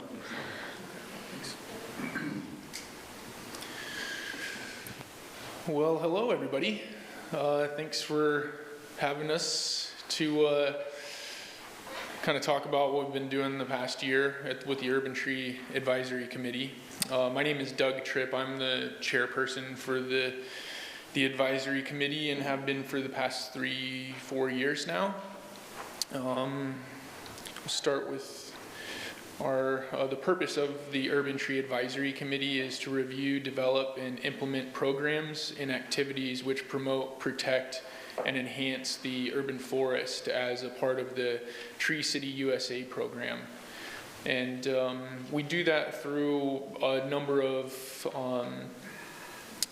sort of collaborations with volunteers and some state resources to continue planting trees and educate folks about the importance of trees, especially in our urban landscapes, and how they can kind of help us with continuing to ensure that we have plenty of canopy coverage in our city.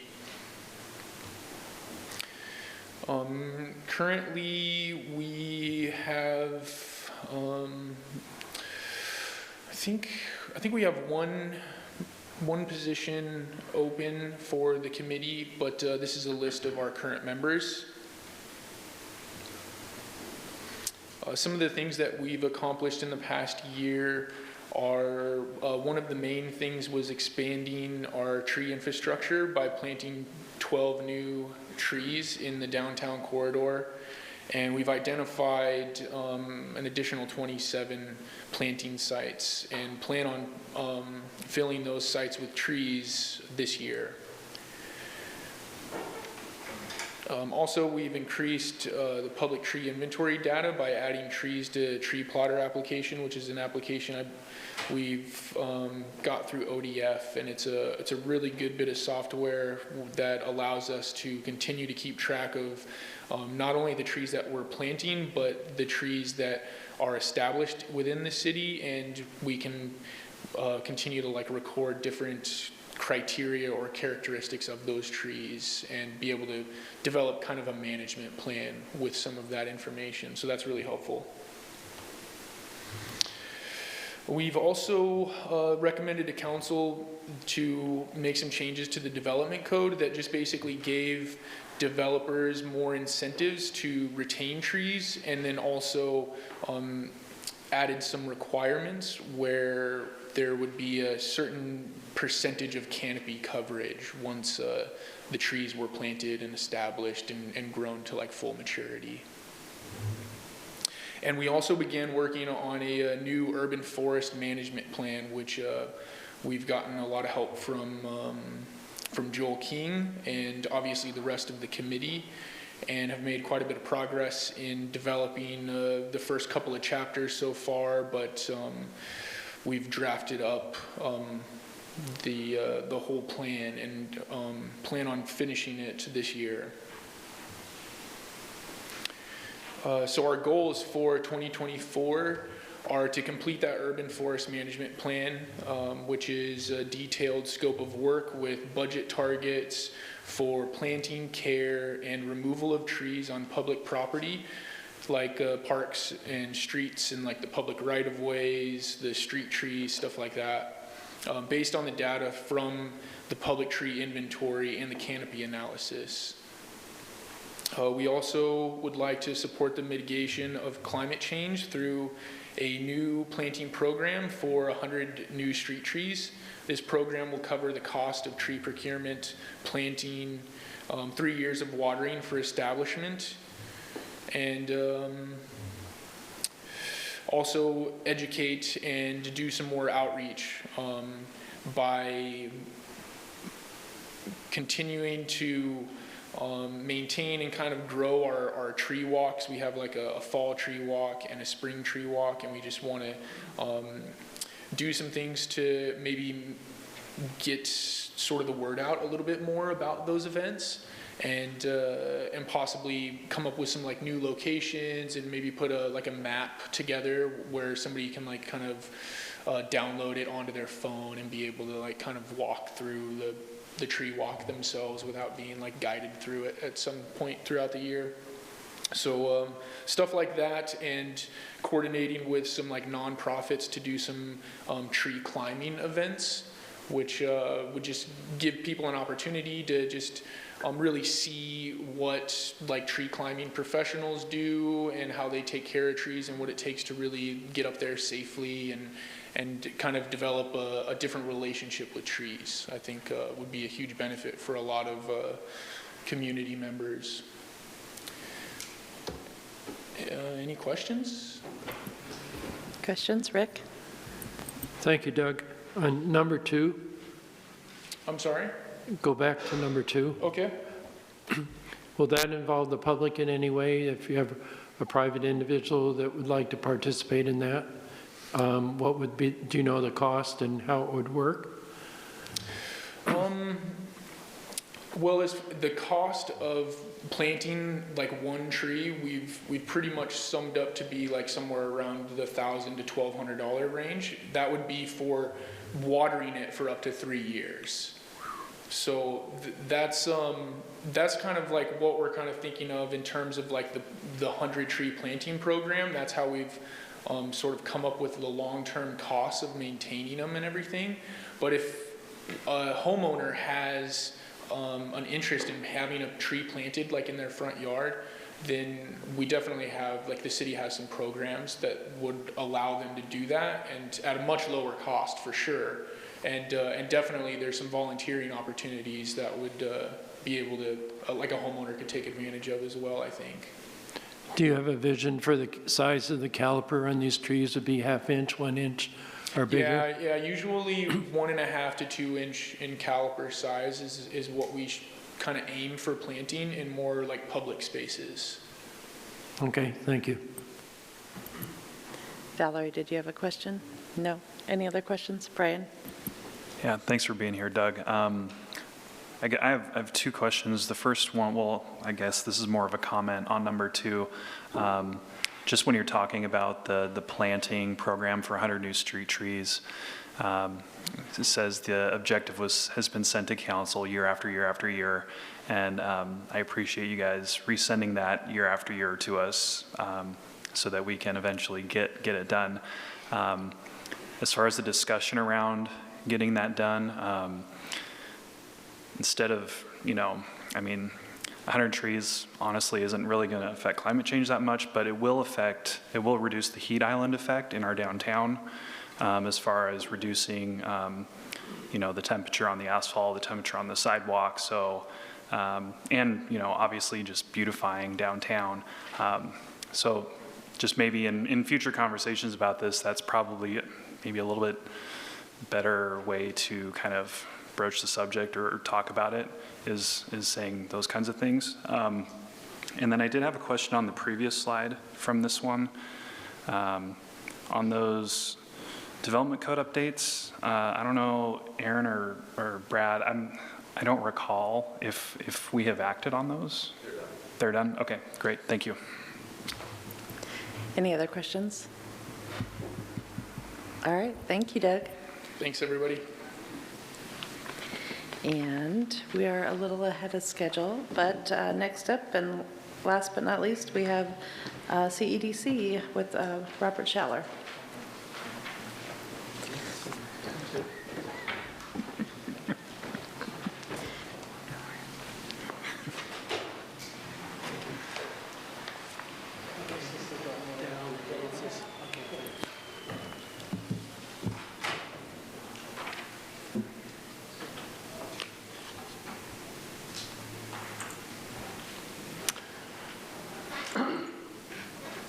Mayor, councilors, staff, Dana, and committee chairs that are still here, thank you. My name is Bob Schaller. I am the chair of the CEDC, Collaborative Economic Development Committee. So in keeping, you guys all have our presentations, right? Okay. So the secret sauce is in the footers and in the margins, so that's what I'm going to present. I liken economic development to asking your spouse, what color white would you like to paint the bedroom? And there's about, I don't know how many shades of white, about 1 million. Okay. And so that's kind of what I see, how I see economic development. It's how many varieties of economic development are there, all right? And so we at CEDC are here to advise and monitor economic development activity in Josephine County and Grants Pass. And in keeping with that, we have, so I just jumped over that one. Our committee members we're actually 2 pages long. So right now, I think we're 13 or 14 members with a new member, right? We got 1 new member, and do we have an open slot? And 1 open slot. So we're recruiting, and hopefully we'll get that filled. So our members, committee members, I describe them as creative, dedicated, involved, and diverse, because our meetings are quite broad and deep in covering the subjects that we cover. So in keeping with one of our accomplishments has been to improve participation in other committees, because we believe that economic development crosses all these other committees. It either intersects with them or directly is involved with tourism or urban planning or housing or things like that. Those are all ingredients that go into economic development.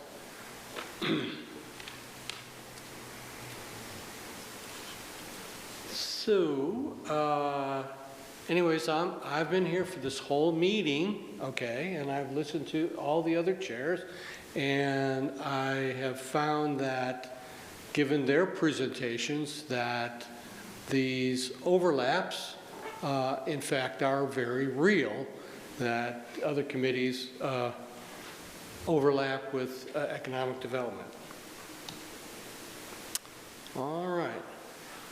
Some of our accomplishments, which actually the committee had made the recommendation to staff to establish folders on the city website to be able to have all of our dialogues and discussions included and available to our members and other members. So we've accomplished that. And being here is, hopefully is improving our communication with other committees and commissions. One thing that's not on our list of accomplishments that I'd like to highlight right now has been the high-speed internet connections, high-speed. It's your broadband internet? Broadband, thank you. Had a brain freeze there for a minute. I was at the beginning of this exercise of broadband in serving rural areas with broadband. I had my doubts, but just recently I live in the county, I saw a fiber optic cable being installed in my neighborhood, right across. There's a pole right in front of my property. So actually, we've accomplished something. All right, I haven't signed up for it yet, but I intend to. So that is an accomplishment that I think should have been included. So I did it here. Okay. And this one is one that is of particular interest to me, and it kind of goes back to this idea of what kind of economic development is good for Southern Oregon and Josephine County and Grants Pass. And we believe as a committee that new technologies present opportunities that might have otherwise passed us by. And one of the things that we looked at was basically an inventory of our region. Okay, Interstate 5 is considered as part of the U.S. Department of Transportation's Alternative Fuels Corridor. all right? And I would encourage you as members to do a little research on that and find out what that means, okay? It's more than fast charging stations. It includes hydrogen as an energy carrier for transportation. This idea or concept in Grants Pass came out of an idea about e-mobility, which is a phrase that I can't claim as original, is something about the electrification of our transportation system. Okay, cars, trucks, airplanes, and industrial equipment, all right? There is, the Department of Transportation has identified I-5 as a critical infrastructure highway that needs to be ready for the e-mobility revolution, if you will. Okay, transformation might be a better word, all right?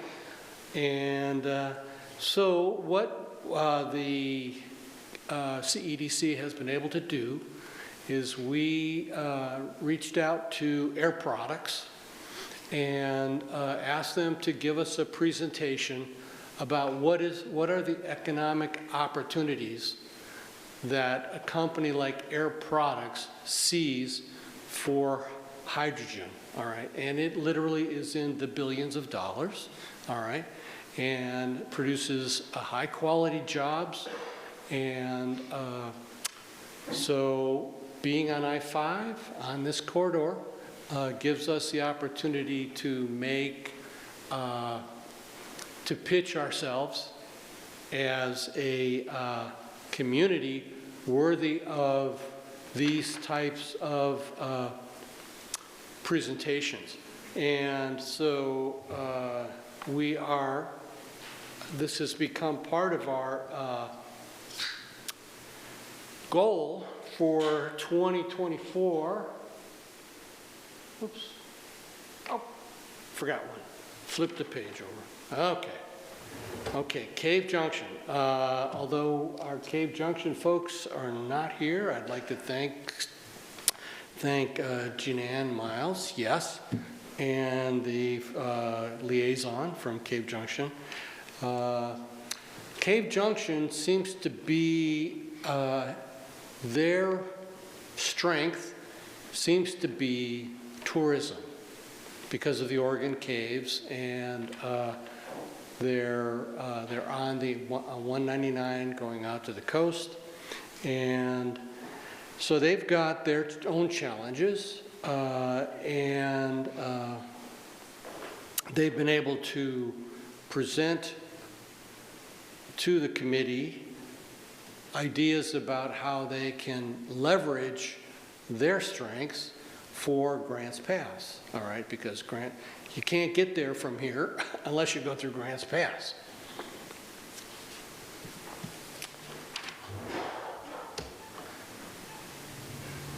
And so the industrial lands, our goals for 2024 are to develop an industrial lands inventory, which I'm not opposed to stealing a good idea.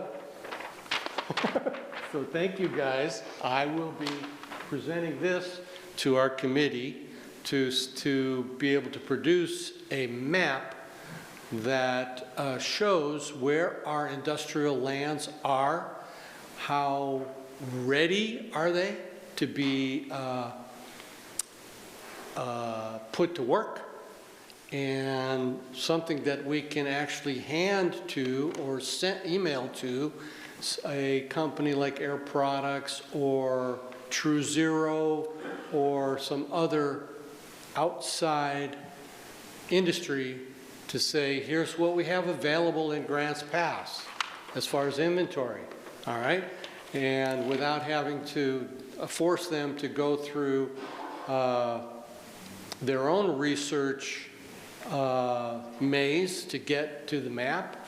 If we just create a map for them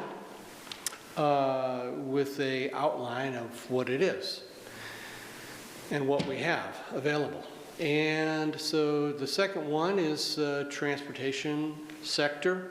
Transportation is part of the e-mobility concept that we're discussing and trying to flesh out in the committee. Again, like I said, it is more than just electric cars.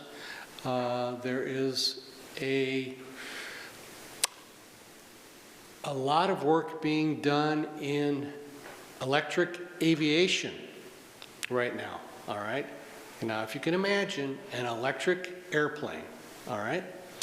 And speaking of airplanes, we have not one, but 2 airports in Josephine County that may or may not be being utilized to their most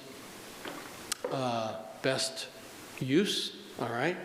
Especially, I would make an argument for the Illinois Valley. Okay, airport is 1,500 feet longer than Grants Pass, all right? And takes bigger airplanes, takes experimental airplanes, which I think we could all agree an electric airplane would be an experimental airplane, all right? Now, would having a electric airplane manufacturer in Southern Oregon be a benefit for economic development in Cave Junction? I would suggest that it might be, okay? And so that is, if we look around town, we've got charging stations in some pretty obscure locations, okay? There's one in one of our parking lots. There's one at the visitor center. And of course there's Black Bear has got a big charging station, all right? So these are all little indicators to us, to me, that e-mobility is coming to Grants Pass. Well, no, it's not coming. It's here, all right? And so we can either get in front of it, get behind it, or get out of the way, all right? My suggestion is that we get in front of it, all right? And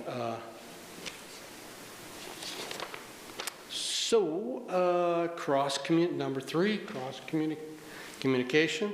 Well, me being here is part of and listening to all the other committees and commission reports is part of that. So with that, I would be happy to entertain any questions. Thank you, Bob. Are there any questions? Valerie?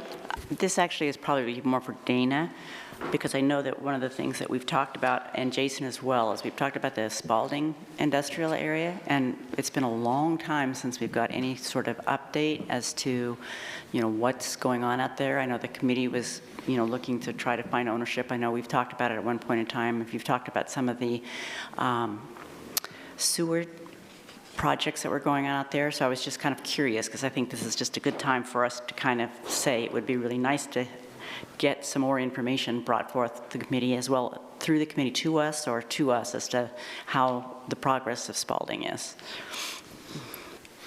It's still progressing. It's a ways out. We do have a final design concept. It does unfortunately involve crossing the railroad. So all of our initial concepts tried to keep it up in the upper section, and you remember we had a plan. DEQ ended up nixing that plan because we couldn't have multiple connections to a pressure main. We're back to a gravity system. It needs one connection across the railroad tracks, which we believe we'll get. We're also talking with the current property owners about the vacation of some right-of-way, but retaining some easement areas. that will allow for the installation of pump station for the sections that do have to be pumped. So it is moving forward. We would be glad to attend a committee meeting and give them an update as well.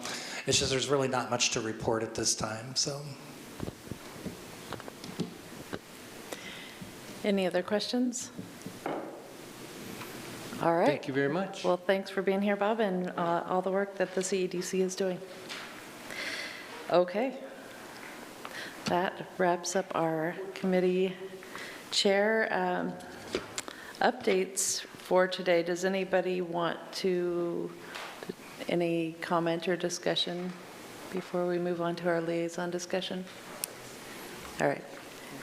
We did this a little differently this year, so since we didn't do the strategic planning, it's nice to have everybody come and still give an update and talk about their goals, and we don't need to prioritize them this year, but as the committees need our help, they'll make motions and get the action items in front of us for whatever needs to be done. I guess if anybody heard anything that struck them as, you know, a crazy red flag that you don't want the committees and staff spending any time on, you don't have to bring it up today, but just think of that before somebody spends 6 months working on something that's going to have the council screaming. But I didn't personally hear anything that was very controversial, and lots of good projects there. So nice recap, everyone.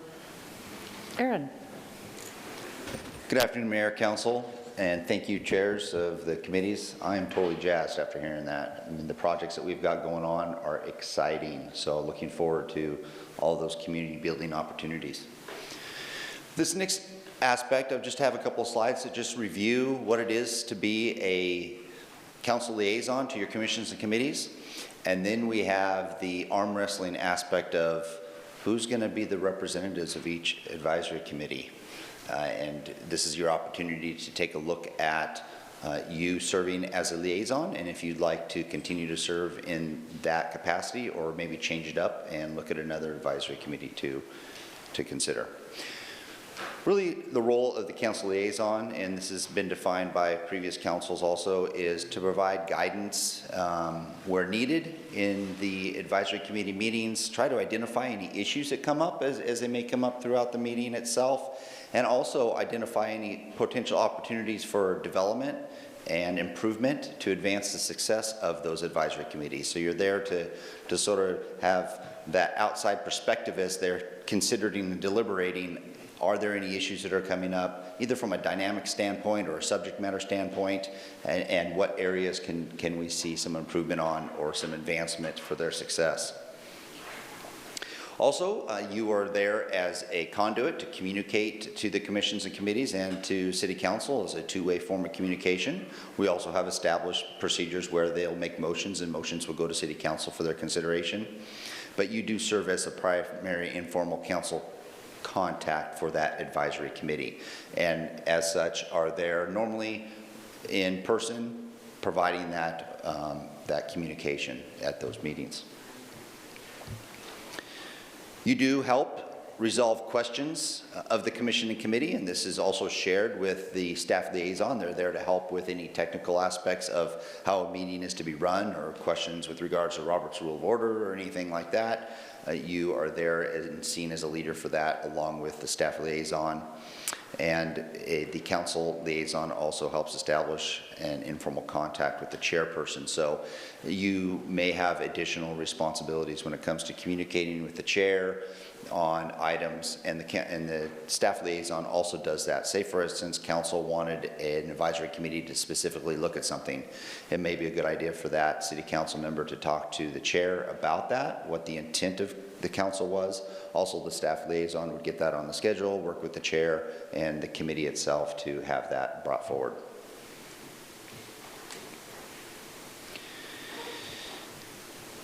The council liaison is there to make sure that the intent of the advisory committee or commission is not lost after the decision or recommendation is made, and we've also bolstered that with regards to motions moving forward to city council.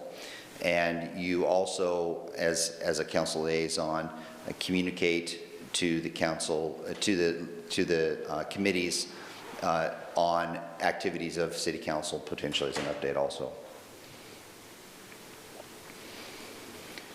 Serving as a council liaison, you're there to be a support mechanism, but not to serve as an ex officio member, which means being seated there, making decisions, helping them make decisions, being an integral part of the communication of their decision making. That has been established as the role of the commission committee chair and the members of the committee. You do identify and help resolve any problems that may exist, which we've mentioned before, and attendance by the council liaison should not affect the normal structure of the commission or committee, and that was in alignment with the concept of your liaison, not an ex officio member. Any questions on the role of a council liaison? All right, hearing none, then Mayor, I'm going to pull up a Word document that can help facilitate the discussion of all of our advisory committees and commissions, the current liaison. If we would like to have a new liaison, we can have that and put that in there. And then also the meeting times and dates. Of course, the council now can maybe talk about that and how often that does happen, but those are the normal scheduled times that they do meet. And this is up here for discussion. All right. I don't remember what we normally do. We kind of go through each one. The top one is, I see Brian's straining to read. It is kind of hard to read. Is it possible to actually blow it up a little larger? Yep, I will do that. Too large. There we go. Perfect. You want it large. Here you go. I can read it now. Yep. Bikeways and Walkways Committee, we have Rob. CEDC has been Valerie. Public Arts been Vanessa. Parks Advisory Committee has been Joel, as well as the HBSC, the Historical Building and Sites Commission. Housing Advisory Committee has been Dwayne. Currently vacant on the Sustainability and Energy Action Committee, that's a new one. Yes. Tourism Advisory Committee has been Brian. Urban Tree Advisory Committee has been Joel. And then these are just regional committees also. Some of the other things we serve on that are not city advisory committees. So are people wanting to rotate or stick with what you've got? Does anybody want to make a suggestion or just change something? Dwayne? I'd prefer to stay with what I'm doing right now. It seems to be going well with the people on the committee and things are moving along. Okay. I did get a text, I believe it's Councilor Fazer that mentioned he would be interested in serving on the Housing Advisory Committee. Okay. And is that your only committee at this time, Dwayne? Yes. Okay. So, Yeah, I mean, I guess if I had to give it up, I'd give it to him. He's pretty well versed in that area, but I wouldn't want to take up any other ones because I have a pretty busy schedule in life right this minute. yeah, if I recall on that one, I think you both were interested in it as well last year, and he let you stick with it. I do have a quarter in my pocket in case we need to do any flipping of the coin. Okay, well, it's tricky without DJ here to have that conversation, but does anybody else is anybody else interested in Housing Advisory Committee? Yes, Vanessa's also interested. Okay, anybody else? All right. I'm not sure how we've decided these in the past. Does anybody recall? We have a foot race. And It's kind of been, is anybody else wanting to change theirs or stick with what you've got? Is this the only discussion like this we're going to have? Brian? I've been liaison to tourism for a couple years, and I thought it might be nice to give somebody else an opportunity to be the liaison there and to get experience being liaison for another committee. Parks jumps out, but I know Joel's not here, so I'm not quite sure how to handle that. Okay. I guess we don't also have to decide this today, but Valerie? Yeah, I knowing that I'm not going to be around next year, know that, and Joel and I take on a lot, and so it might be nice to have somebody kind of step in. I also am on the DMO, which will need to be next year changed. I mean, I don't mind keeping up what I have, because I just kind of feel like I just as soon go out with who I'm working with, and unless somebody else wants it, I don't have a problem with it. But looking, in the future, if anybody's interested in that role down the road, tourism might be a good place to start. Okay, is everybody else wanting to stick with what you're at for the moment? Vanessa? I also am willing to switch up if needed. I've also been liaison to COPA for a few years. It's a really energetic, productive group. I would love to continue working with them, but if someone did want to switch up, I'd be willing to do that as well. I'm also interested in the Sustainability and Energy Action Committee if no one else wants to put their hat in that ring. Is anybody else interested in that one? Okay, well, it sounds like you got that one. Sustainability, that was an easy one. Is anybody interested in taking on COPA?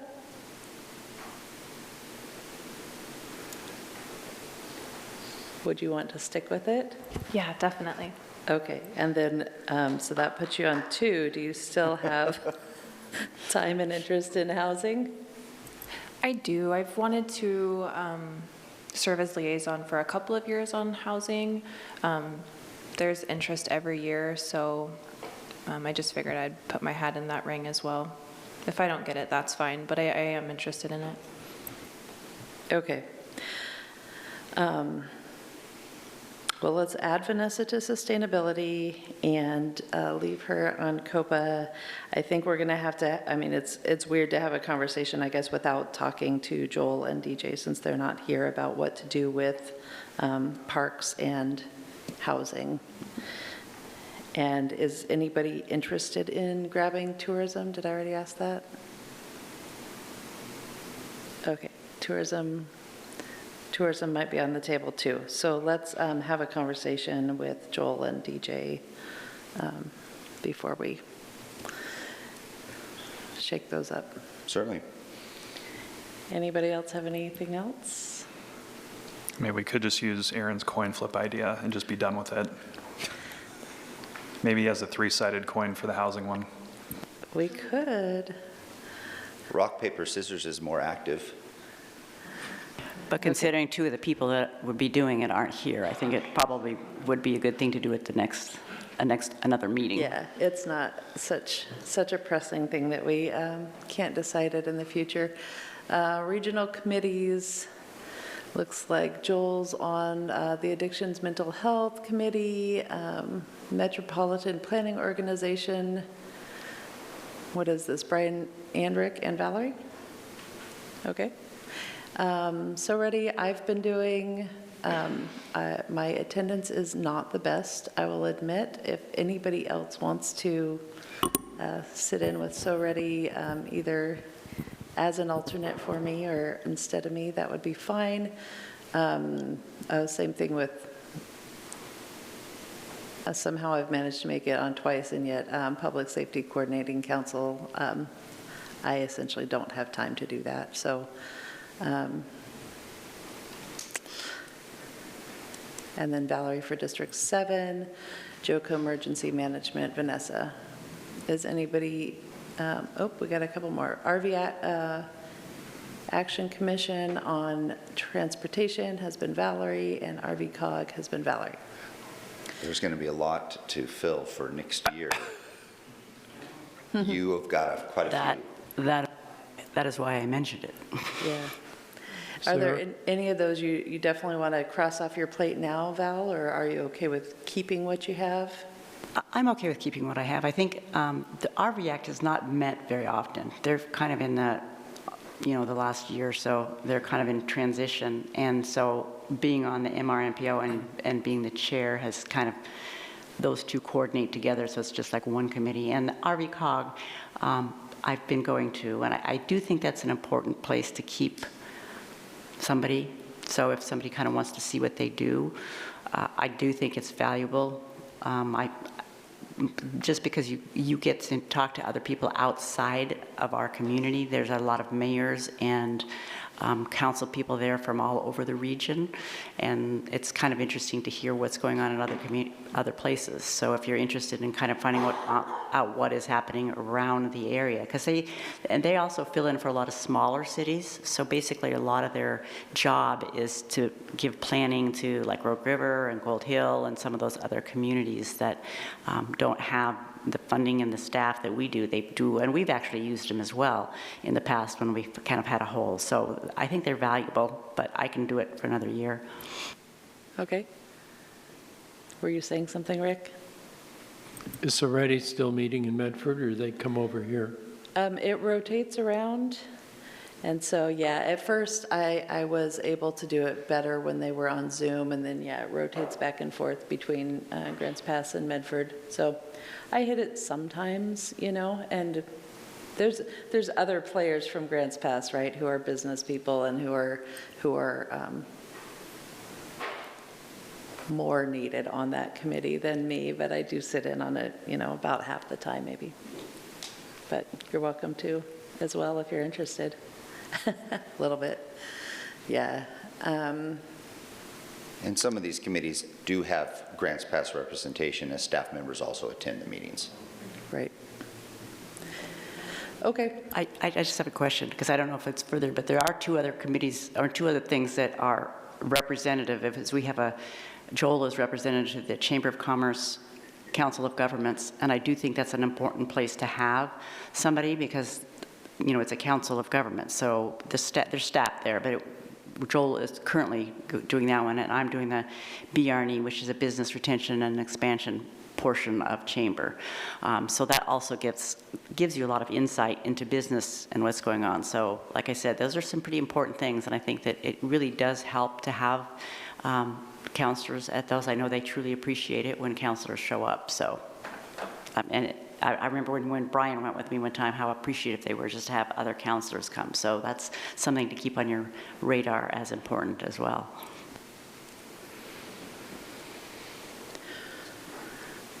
Okay, anything else about committees?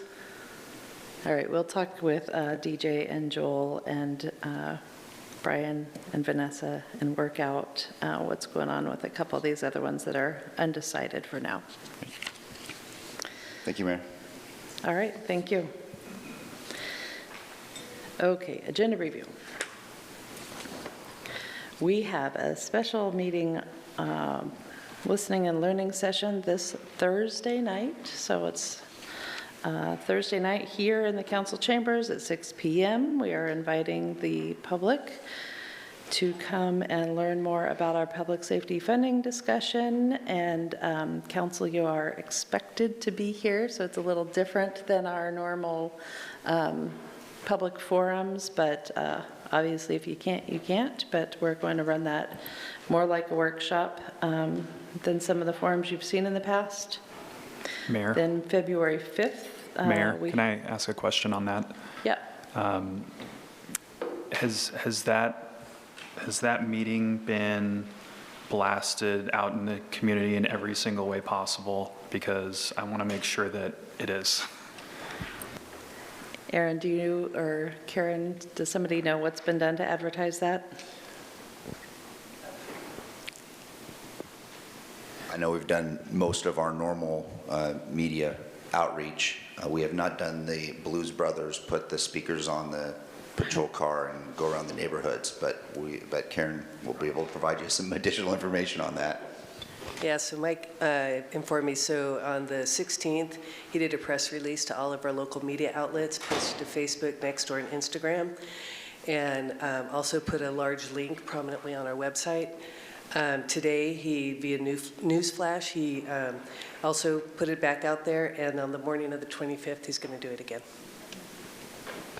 Thank you. Okay. Yeah, before we move on, we did have a little discussion about this. So Rob, do you want to start, or Rick? Rick? Okay, go ahead, Rick.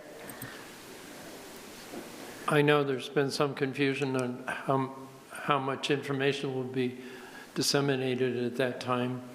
So my question is, will we have handouts for showing the other methods of funding that are available, such as the food and beverage tax and so forth? What is the format you anticipate? Great question, and appreciate that. Staff has been trying to coordinate what we'll actually be presenting and then what handout we may have. I think we've got it narrowed down. So the presentation itself will start with just a general background of an explanation that our expenses are outpacing our revenues, and that's where we are right now. We are going to provide both chiefs an opportunity to express what their needs are from a perspective of what we've talked to you about in the past when it comes to burnout and forced callbacks and additional FTE that we've discussed with council. We will have finance speak on the real target amount that we need, the 3.3-ish about for just staying the way it is, the about 1.5 additional to add the additional 8 FTE in police and fire to move us forward in the future to help address some of those concerns and issues that both chiefs will have talked about. We'll have a slide each on the different funding mechanisms that council has considered before in the past, whether it be a payroll tax, a levy, a food and beverage tax, and we'll just briefly list the pros and cons of each. And then after we address those, we will move into a more focused discussion on the sales tax and the utility fee. And the sales tax based on the percentage and what it may bring in, and some generalities of what's usually included in the sales tax, but we are not at a place where we can dive into the full details of it will include this, it won't include that. That's going to require additional policy discussion with the City Council. But this will be a good opportunity to maybe receive some feedback on what you should be considering when you're looking at what should and shouldn't be included. And then also from a utility fee perspective, we'll provide information on how it'll impact the residential customer, how it'll impact the commercial customer, multifamily customer, so they'll have a general idea of what that charge would be for them. We then will have, and we are receiving some questions with regards to the forum. We're going to have those categorized, and we will be able to address those questions after we've provided that information that I talked about. We will also have an opportunity for the public to ask questions. We'll do it similarly the way we did the unhoused open space forum, where they'll be able to write their question down. We will categorize those and we'll address everyone's questions until the question we are receiving no more questions. And then based on the discussions that I heard from council is you are also wanting to take it another step further and have a what do we need to know open mic aspect, and we will provide an opportunity for the public to address you, letting you know what you need to know with regards to funding opportunities and options. The handout that we're looking at, we will have a handout that will be available for everyone that attends, and that will include just some of the highlights of the presentation, but it won't include all of the presentation. It'll include a graph of the expenditures versus revenues. It'll include a highlight on the need from both chiefs' perspectives. It'll include a target amount that we're looking for. It'll include the impact of a utility fee on the different customers. And then also it'll include the sales tax and the utility fee matrix for reference for the individuals. So that's what we have in place right now. Okay, I would be supportive of that, and I think it very well covers the subject, but I didn't know if it might be also to have the matrix on the beverage and food tax available also. Maybe not a presentation, but just as a matrix for handing out. So at this point, based on council direction, we're focused on the sales tax and the utility fee, and that's what we have for additional, more detailed information in the handout. We do have that other matrix from a facilitation standpoint. That may be confusing to provide both of them when we have a focus on one. And so that would be my suggestion as a facilitator. You stay focused on what currently is suggested by council moving forward. and that way we can have a focused discussion on the sales tax and the utility fee as council desired. Okay. I guess I'd like to hear from other council members what their perspective is on that as well. I'm fine either way. Thank you. Brian? I guess I would just say, I think maybe not including the matrix for it, but absolutely having the discussion about the food and beverage tax and the pros and the cons and why it would or wouldn't work. But I do think that maybe including another matrix might be a lot for some people. Rob? There's a few things. One, I just want to make sure, because I actually started going around last week and probably spent about 3 hours talking to merchants downtown, and I probably plan to spend another 3 or so this week. And, you go into somebody's place and, you're hoping to have a conversation with them in 5 minutes, and it turns out they need at least 10 or 15 minutes of background first, which is going to be the first part of our presentation Thursday night. But I need to know from JC, because I tell most of the merchants downtown, when we're talking about commercial A being triple the figures that most people are throwing around, what businesses downtown would not be commercial A, would be a larger than the 3 times factor of the residential? Because I don't want to be a liar when I'm going around telling people, hey, residential's this, you're going to be triple, but who wouldn't be, if anyone? So specifically, I don't know off the top of my head, but there is on our website a classification for what makes or constitutes a commercial A, and it's based on square footage and the type of business. Mm-hmm. Yeah, I remember looking at that in the past, and the generality is, yes, most are commercial A. I get that, but I think by Thursday night, you might want to have that together. Who wouldn't be a commercial A? I think because we've heard so many examples of who commercial A would be, we haven't really heard many examples of anyone else. We can have a general idea maybe of some general of what is an A and a B or a C. The key that we would say is it is defined in their utility bill what it is. It's a very simple process. You look at your utility bill, you will know what you're classified. Then there's no question of what you are. Okay, so where does it say that in the utility bill? I just... That information is also on the website, and it's public. It does show kind of in the middle third quadrant of everybody's bill. If it says Trans A, that's going to be your commercial A. If it says Trans B, it's your commercial B, so on and so forth. That's helpful. Thank you. So the other thing is that, and to me this is kind of a big deal, after and I know that we discussed this, I discussed this with Aaron and Rick and Aaron at the last agenda setting meeting. So after the January 8th workshop, when we, council gave direction to focus on sales tax and utility fee, the next day I realized, at least in my opinion, that council had made a huge mistake, because essentially by doing that, we sent the message out to the public inadvertently that we had already decided that it was going to be a sales tax and utility fee, and without any public input at that point. At the agenda setting, we discussed that.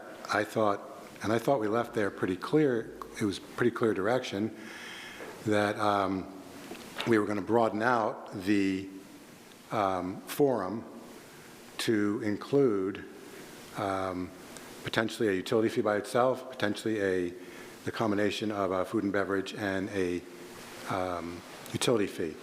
The problem that I'm seeing now from a public perspective, I've already been told by certain restaurant owners downtown in my travels that they've been told by Orla, don't worry, everything's good, restaurant tax is off the table, city's done with it, the next forum is only focusing on the sales tax, we dodged a bullet, okay?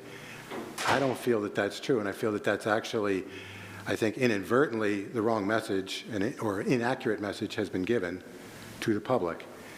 And if council were to come back and decide that a food and beverage tax and utility fee combination, I think a lot of people would cry foul. They'd be going nuts, because we've inadvertently, or maybe very intentionally, sent out the message that essentially we've narrowed down our search.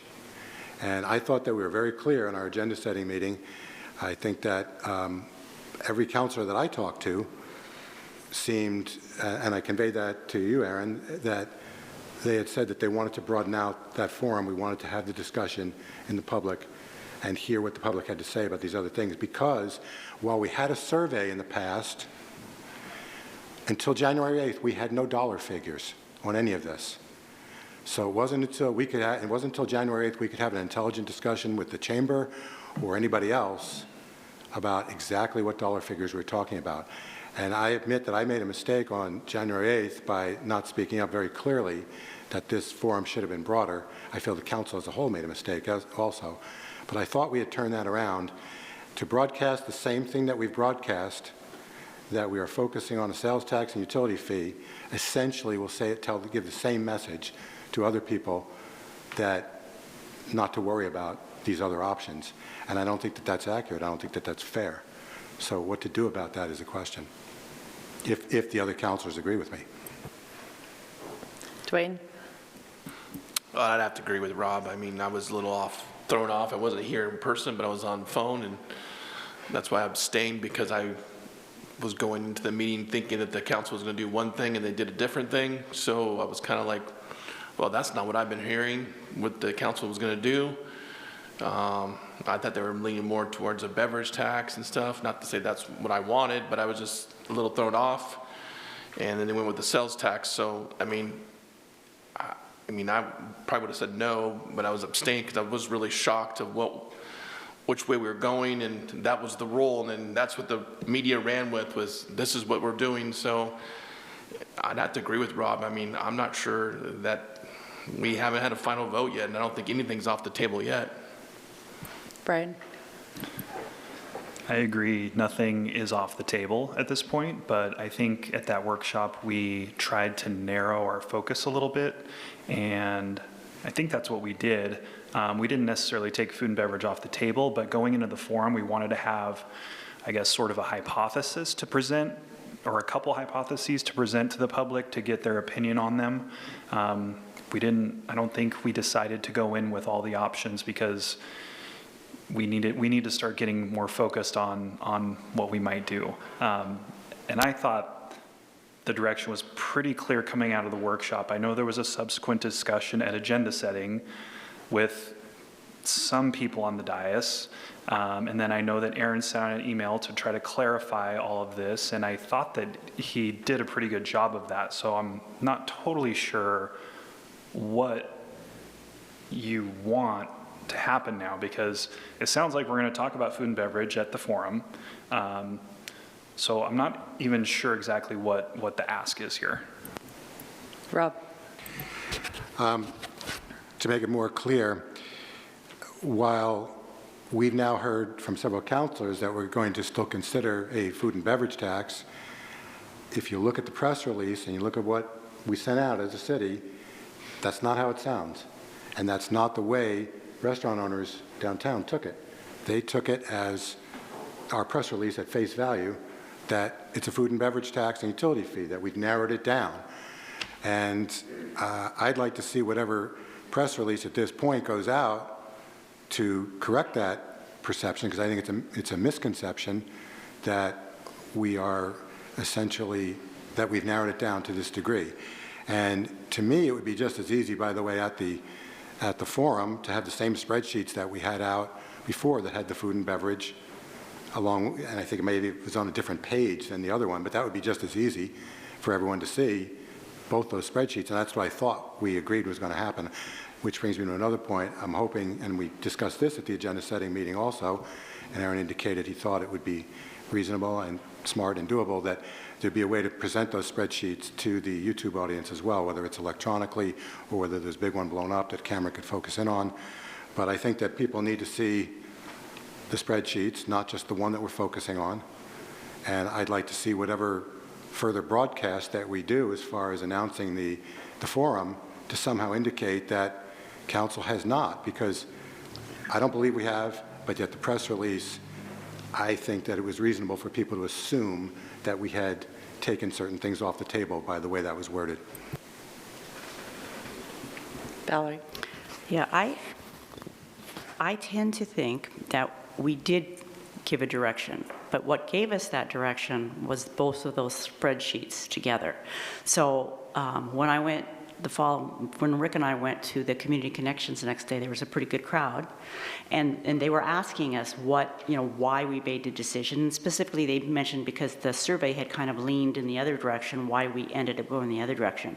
And what I was able to use, I think, pretty convincingly, was looking at both of those spreadsheets and seeing the strength that came with spreading the weight of it over a larger number of businesses as opposed to focusing on one industry. And we also knew that that industry was ready to fight tooth and nail, and that was a known fact. And they were willing to get up at the fight if it wasn't targeted at them. So in having that discussion, to me, I see the value of having both of the spreadsheets available just to be able to see that if we were going to grow anywhere past what we're going to need in the next 2 years, having a food and beverage tax capped at 5 would be a problem, because then you really have no other choice but to go after the utility fee and raise that substantially, as opposed to the 1.5 sales tax spreading it thinner brought in more money, which lessened the chance that we were going to have to go in for something else. So to me, what convinced me, and I felt I was able to give the information to the other people who wanted to know, it was having both of those spreadsheets available to look at to see that by spreading the 1.5 is not very much, as opposed to having a 5 and having to climb up to maybe 7, 8, or 9,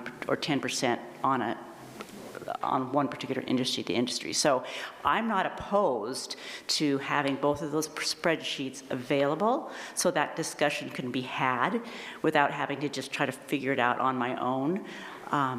So I'm in favor of having that, but I do think that at the end of the discussion, the reason that we ended up there was because it was less of a burden and it was spread more broadly, and there was more chance of getting a bigger amount of money at capping it at 1.5, rather than just starting with 1% and then trying to raise it by just saying, hey, let's go for 1.5 and put a cap on it, that it cannot be changed unless it is brought forth by a vote of the people. And I actually got that idea from an email that was sent to me by somebody in the public that said they would be willing to do a 1.5 if they knew it could not go any further without a vote of the people. So that's where I stand.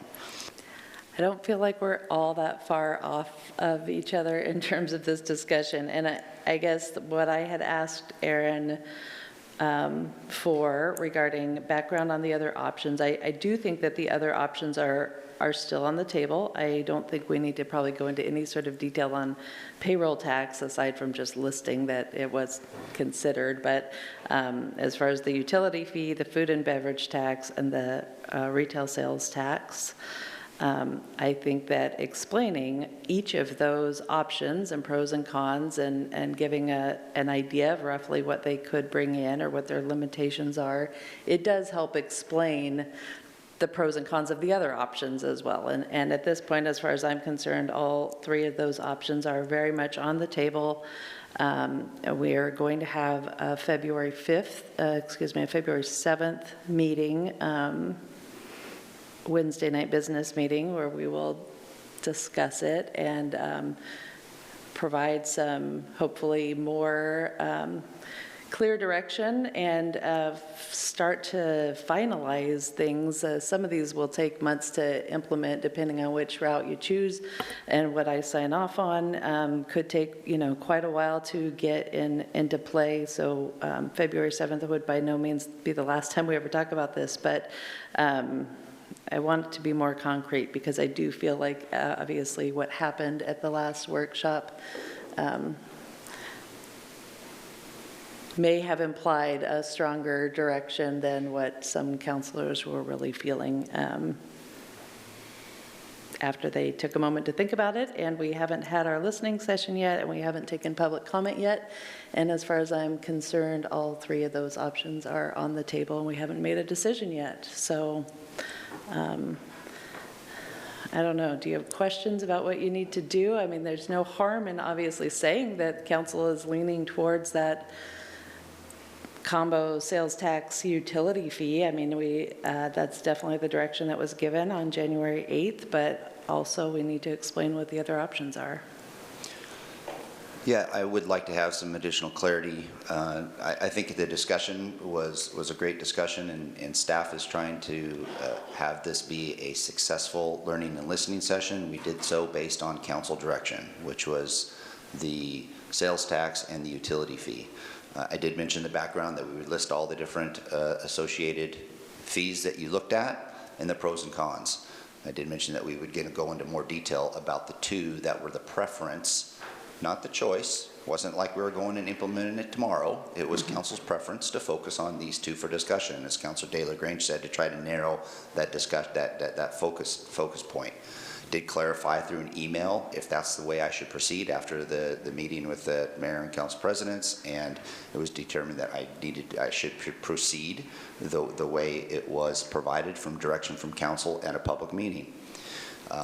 From the discussion today, it seems like there's a little bit of a split that council would now like us to also highlight the food and beverage tax. That's different than the direction I received before in a public meeting from council. If you so want me to do that, then I will do so. But currently right now, I'm facilitating the meeting for council's most success when it comes to the direction that I was provided. To throw in a discussion on food and beverage and the matrix and doing that kind of thing, if truly you're looking on wanting to focus the discussion on a sales tax and a utility fee from a certified facilitator, it's not a recommended process. I would say that's not the best for your end result that you'd like to have.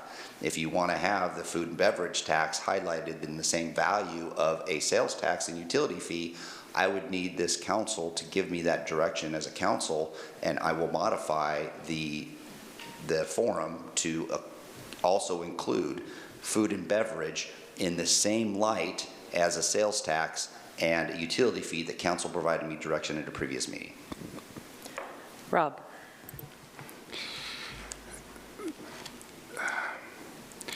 You know, I appreciate you trying to do your best on that. It was really problematic, though, the words you just chose, when you said it to facilitate what council's end result, what the best end result for council is. That makes it sound as though we've already decided, and that's my point. And, you know, getting back to Valerie's point, you know, she feels she made an intelligent, you know, weighing of, you know, the back and forth by looking at the different options. And if that's true, and if the majority of the public would tend to look at council as making a wise or smart decision by going through the same process that she went through, by looking at both spreadsheets and understanding the pros and cons. So we can make it look like it's more arbitrary. We can make it look like we've already decided, you know, and that we have a desired end result. But I don't think that that's really what the public now thinks, is that we've already decided based on the language of the prior public relations presentations. So from my perspective, the end result is not to affirm your preference on two funding mechanisms. It's a learning and listening session. The end result is for you to gather additional information for you to make an informed decision in the future. The only way we can do that is if the public actually thinks everything's on the table and all interested parties, or all likely interested parties, are going to come to that meeting. Right now, there are people who think that a restaurant tax is off the table. They may not come to the meeting. As a result, we will not be making as an informed decision as a council, because we're not going to be getting feedback, negative or positive, on that option if the public thinks it's off the table. I totally appreciate everything that Councilor Pell mentioned, and if everything is on the table, then that's the direction that needed to be provided to me at the last council meeting. And does that include, say, payroll tax? Is that on the table also? I just need clear direction from council on what options you are wanting to highlight for this learning and listening session, and I will follow council's direction. Okay, council, I'm going to have you raise your hand if you want the forum to include, let's call it a substantial explanation of the food and beverage tax. In addition, obviously, we're already going to cover sales tax and utility fee in a substantive way, so who also wants the food and beverage tax to be covered? I got Rob, Rick, and Dwayne. All right, there's what, 6 of you in the room and 3 and 3? Well, it seems to me, I want just to say that when Aaron sent out, because didn't you send out to all 8 counselors? He sent out to all 8 counselors and asked what their preference was. And so I'm assuming that he heard from the other counselors who are not here, because I could probably well speak for Joel as well, that he was willing to move forward with the sales tax, though, like I said, and this is just a suggestion I mentioned before the meeting to Aaron. I mean, if, you know, in our decision to go with the sales tax, it was based on that other, and so to have that provided just to show why that decision was made would be the only thing that I asked. Not that we're saying it's clear on the table, but to use it as a tool to provide why we made the decision that we did, I think is important. Yes. What do you have, Aaron? Just, I appreciate that. That could be covered in just the pros and cons of both the food and beverage and the sales tax. But once you provide the matrix, that does require, in order to have equally informed conversation, you need to provide the details on the matrix also, and that provides additional information and details on the food and beverage tax also. So by providing them that matrix as above and beyond the pros and cons, I do believe it warrants, from a facilitation standpoint, I highlight similar to the sales tax when it comes to the explanation of what that matrix stands for. Vanessa. At the risk of muddying the waters, I do see benefit to that. I do see benefit to the food and beverage tax being highlighted in my decision that was made to move forward with the sales tax highlight. Seeing those two matrices together was very compelling, so I do see benefit to that for learning purposes. But you didn't raise your hand, so. I don't know that it necessarily needs to be covered in a substantive way, and I don't know a way around that in terms of what Aaron's vision is for the facilitation of the session, but I do see the need for the matrix to be highlighted, as Councilor Lovelace had said, just because the two matrices, when compared together, they're very compelling, the sales tax versus the food and beverage. I can provide a copy of the matrix as part of the handout for food and beverage and the sales tax. It may spark additional questions with regards to the food and beverage tax. Brian.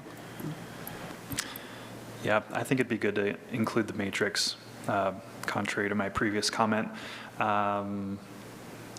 However, covering the food and beverage tax in the same light as the sales tax and the utility fee, you know, it's not totally where we're at. Like, council had that workshop, and a lot of us, you know, in the public, a lot of the public doesn't get this yet, but we kind of came to the realization that the food and beverage tax isn't going to be able to get it done.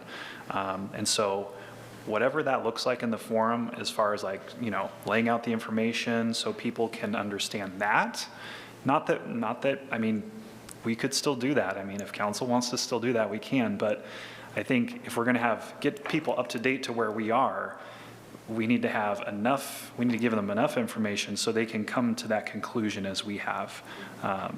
So is that substantial? I don't know. I would say yes. I mean, I guess I'm thinking the differences between listing, and these are some of the other things council has considered: payroll tax, adding to the levy, you know, food and beverage, or are we going to dive into some details and say this is what the potential is of a, you know, 5% food and beverage tax or whatever, you know? I mean, that's substantial to me, and it gets people to whatever answer they're going to get to. We can't expect people to be informed without giving them all the information, you know, and not in every single detail. Obviously, we've been talking about this, you know, frequently for 3 years, maybe 30 years, you know, depending on who you ask, but but we have to summarize what the options are, and that one was on the survey. It's out there, like, we have to explain it. I think that I would support that, especially given that it was the top vote getter in the survey, so that people can understand why that option is less viable now. Rob? Yeah, I mean, that's critical to remember. We can't have amnesia and forget about the survey because the public hasn't forgotten about it. One of my neighbors, who's a former city councilor, actually came to me the day after that article that we're moving forward with the sales tax. He says, the number one thing on the survey, what happened to that? I was like, you know, we kind of made a mistake or threw that out without actually giving an explanation or without having a public discussion on it. Because when we did the survey, we didn't have figures. So, you know, we can't forget that we asked the people that survey, that we valued the survey, and the number one thing that came out of the survey is that most of the public wanted us to do something to bolster funding. They didn't want us to cut public safety. That was the number one take home. The number two take home is there was a preference for the restaurant tax and utility fee. So we need to be able to justify why we're going actually against what the preference of the public was in the survey. That involves some level of detail. You know, with regards to levels of detail, I mean, we know, and Aaron has said, we're not going to be going into that much detail on the sales tax. You know, what businesses are covered, et cetera, et cetera. I mean, we're not even going to be discussing that particularly. It's not that much, there's not a great level of detail to go into on a food and beverage tax either. If we take the same, essentially the same level of detail on a sales tax, which is still going to have a lot of generalities to it. I mean, mostly, it's going to be mostly generalities, actually, because we don't have the big question. If we decided on one was, the next big question would be, what businesses? Service businesses or not, you know? Lawyers, car repair or not, et cetera, et cetera. Well, we're not even going to be discussing that on Thursday night. So we're not going into great detail on the sales tax. There's no need to go into great detail on the food and beverage tax. The generalities, the level of detail is not particularly difficult to make those equal. Do you still have questions? No? Okay. No, but it sounds like we'll be including food and beverage in some form or fashion in the presentation and information that's provided, including the matrix. Sounds Thank good. you.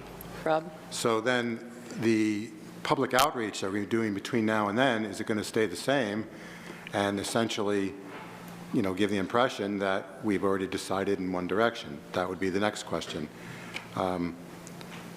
You know, well, I've already said what I think. I don't think that the public outreach should necessarily present that. I think that should be potentially an end result of people's conclusions, maybe at the end of this, or if they watch the YouTube, or if they're here, they might see the sense to the sales tax. But I think the public outreach has to be clear that we're going to be discussing more than a sales tax. Okay. Anybody else talking about this, or are we moving on? I think we're ready to move on. Yeah. Okay. All right, we're still on agenda review here. So our next workshop would be February 5th, and that's our joint meeting with the Home Builders Association. We have to interview some candidates for the, hopefully we get candidates, but assuming we do, for both the Budget Committee and the Historic Building and Sites Commission, and then meet with the Housing Home Builders Association to talk about double erosion control permits and water sewer easements. And then that February 7th is our next Wednesday night meeting. So we have several public hearings. We've got an ordinance regarding a development code amendment for multi-unit development in manufactured homes. Consideration of an ordinance that would amend the solar code, and a consideration of an ordinance that would annex by consent property at 630 Lincoln Road. Then our council action items are a resolution that would receive, I don't know that we need to adopt it, but receive the, and approve the Visit GP marketing and business plan. Then we have this public safety funding presentation and discussion where we would be receiving additional public comment on how we go about funding public safety into the future, and have a council discussion follow up to both that public comment from that night as well as the listening and learning session, and hopefully kind of cement in place more the direction that we want to head. Consent calendar items that night are approving award for the Welcome Center, Microsoft Enterprise Agreement, and findings of facts on the development code issue, and then appointing several committee members for HBSC, Budget, CEDC, Parks Committee, and Tree. Does anybody have questions about those topics on February 7th or February 5th? Not those topics, but I was just going to point out there's an error on the calendar here for the 15th. February 15th? Yeah, Oh, that's not happening again on February 15th? yeah. Okay. The monthly calendar just has the listening and learning session on February 15th. Okay. I think that'll get us through the next couple weeks here, unless anybody has anything that they want to request be put on an agenda. All right, we still have an executive session for today, so would somebody please make that motion? Valerie? I move we go out of regular session and into executive session. Seconded by Vanessa. All in favor say aye. Aye. Any opposed? All right. Bust out my script